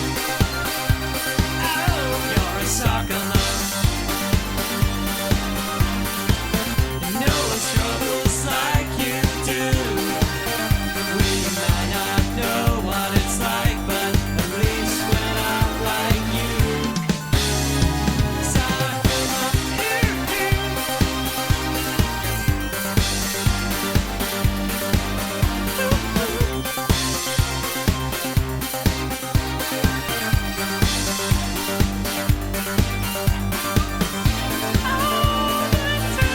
Never take the blame. Soccer Mum there, Flaccid Palms, from their album Half Cocked. You can find that on Bandcamp, flaccidpalms.bandcamp.com. And I just wanted to follow that up after the Berholt Arena stuff, which is still dragging on a little bit, Zach. Claudio Reyna stepped down as technical director of Austin this week. And Ernie Stewart's gone to pay his Ernie way. Stewart's gone as well. Yeah, he's gone to Holland. Reyna is continuing, though, as a technical advisor for now. But, I mean, you have to think that this has played into it. And then Gio Reyna, who you've been watching and sending us messages, some fun little celebrations from him, obviously taking a pop at some people. Well, he's been a substitute for Dortmund, and they're opening 2 games in 2023, scoring the match winner in both of them quite late. One almost, I think, near the last kick of the game. I can't remember. They won their Sunday match. They won their third, but he did not score. I can't remember if he even played. But yeah, I think he's done the celebration where he sticks his fingers in his ears or something. I don't know if he used to do that before, or I don't know if it's against anyone or whatever, but he's doing the business on the pitch as a substitute, at least. But yeah, the whole situation is just weird. Yeah. You know, you guys talking about the whole Berhalter situation. I'm wondering if this all started from when Reyna traded Berhalter's kid to Vancouver.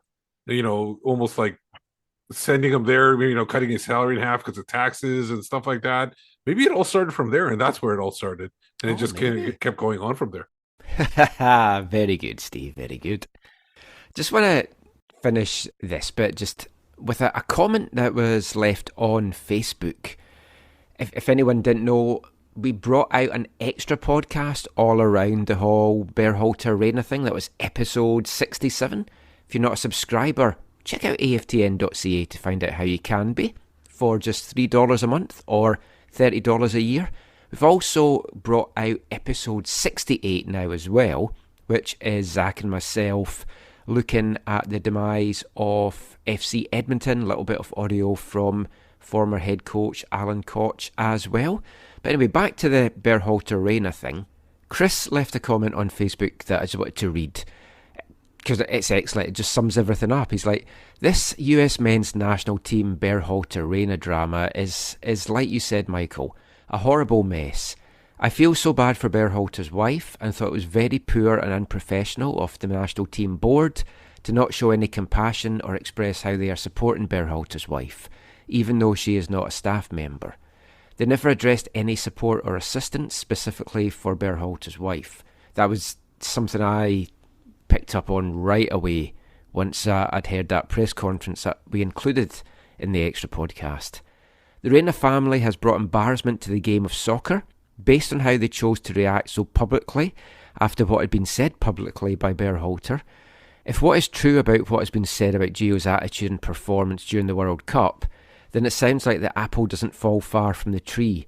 Gio is going to have this matter and how his mother got involved hovering over the rest of his career. A player who feels entitled and feels they deserve special treatment can be a cancer to a team. Regardless of the outcome of the investigation, the national team could easily say, based on the US team not making it out of the group stage this last World Cup, that is the reason for his potential contract termination in future. There's a high likelihood Reina could be frozen out in the future. I just hope if Berhalter is released as head coach that it was due to his performance and has nothing to do with the historical incident in question with his wife. Too much has cancel culture impacted on our society. Society has been so quick to judge and convict those, even if it is just a rumour or allegation. In the eyes of cancel culture, a rumour or allegation seems to be all that is needed these days to publicly condemn and convict someone. Do you honestly think anyone is perfect and no one in the world has done something personally embarrassing or had something negative happen to them in their life? Everyone makes mistakes, everyone is imperfect, but an imperfect society is hypocritically okay to judge and be the judge, jury and punisher for when one is publicly shamed and placed on the public pedestal for something they have done in their past. The Berhalter who is 18 versus the Berhalter who's the current national team coach share the same name but are not the same person that we have watched coach the US team. My heart goes out to the Berhalter family for how this has transpired so publicly. As someone who would support BVB, I would be concerned as a fan with the attitude and behaviour of Reina and how much this will impact this performance and reputation moving forward. I mean, so far, as we touched on there, as what Zach said, he's come out all guns blazing and his form seems to have improved by this, or after all this. I'm sure there'll be a lot more fallout from that in the weeks and months to come, and when there is, we'll be right here for it. But that is it for this week's show now. Hope you've enjoyed it. It's been packed. It's been a lot of different stuff that we've talked about. Just before we go, Steve, any final thoughts from you? Where can people find you online? You can find me on Twitter at WhitecapsBeat. And what I learned this week, well, what I would advise is that, when we talked about Rob Friend and doing half face in purple, I would recommend not doing the other half face in black. That could actually cause more issues down the road. So I definitely don't recommend that. Yeah, very wise words there from Steve. Always thinking ahead. Zach, your final thoughts? You can find me on Twitter at ZacharyAM. I don't have anything as interesting as Steve today, but looking forward to the FA Cup replay. Yeah, so with the Whitecaps, as they tweeted out, I don't know if you saw that tweet. No. I said something along, I'm paraphrasing because I can't even bother looking it up. They were basically saying, Ryan Reynolds, always exciting, looking forward to the replay. And a Wrexham fan just replied going, weird. Yeah. That is weird. What is it on the is the fixture? It's not. They haven't set a date yet, have they? Or is that? It'll be next Tuesday because it's always the following midweek. Okay. It'll be live on TV, so that'll be good. Yeah. Yeah, I'm looking forward to that as well. I like that they've got the replays because the Scottish Cup, they've been going straight to extra time and penalties because of fixture backlogs and stuff. To me, they should always have replays, and if they don't have replays, they need to have it. The lower seed always hosts. So you're doing away with the replay for them, so give them that chance. The only thing is a lot of the smaller teams want to be at the big teams because more money. The owners do, at least, because they're going to get more money. And ultimately, for some of these teams, if you can get drawn at Old Trafford, the Emirates, you're basically for your whole season. Yeah, it's like 2 years worth that you're almost getting your income in because it's half the gate. So a lot of the teams' owners want that. The players want to play at the big stadiums as well. But I know a lot of the fans, they want it at home. They want a chance to have those cup upsets. I don't know. Some fans might want to go to the bigger stadiums too, just to experience their team playing at those big stadiums. I don't know. I went to Ibrox to watch East Fife in the Cup, and Rangers wonderfully put all the East Fife fans at the the second half of the stand underneath all the Rangers fans, so we're getting all this shit thrown over at us. That's stupid. Hey, speaking of Scottish football, Celtic in this transfer window has transferred a right back, the Croatian right back from the World Cup, Juranovic. I might be pronouncing it wrong. They transferred him to Union Berlin. Yes, that was why they brought in Johnson. So Johnson is his replacement? Yeah. Oh, wow. Okay, cool. But that is it for this show. Thanks as always for listening. Until next time, take care. Thanks for listening. And just enjoy the wonder that is Canadian soccer. Bye, everyone.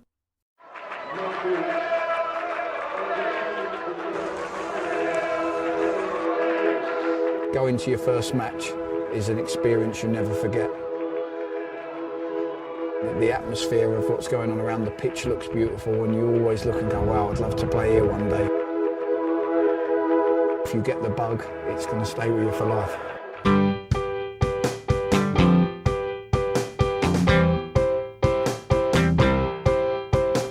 10 minutes left. Yeah, but there's still some time. It's not the final score. We need more than the numbers we're given. Show us you live and breathe the game. You're more than a name. That's what we came for. We can bring you more than the score. Every story. Let's take this thing off of the field into the real world, away from the numbers, away from the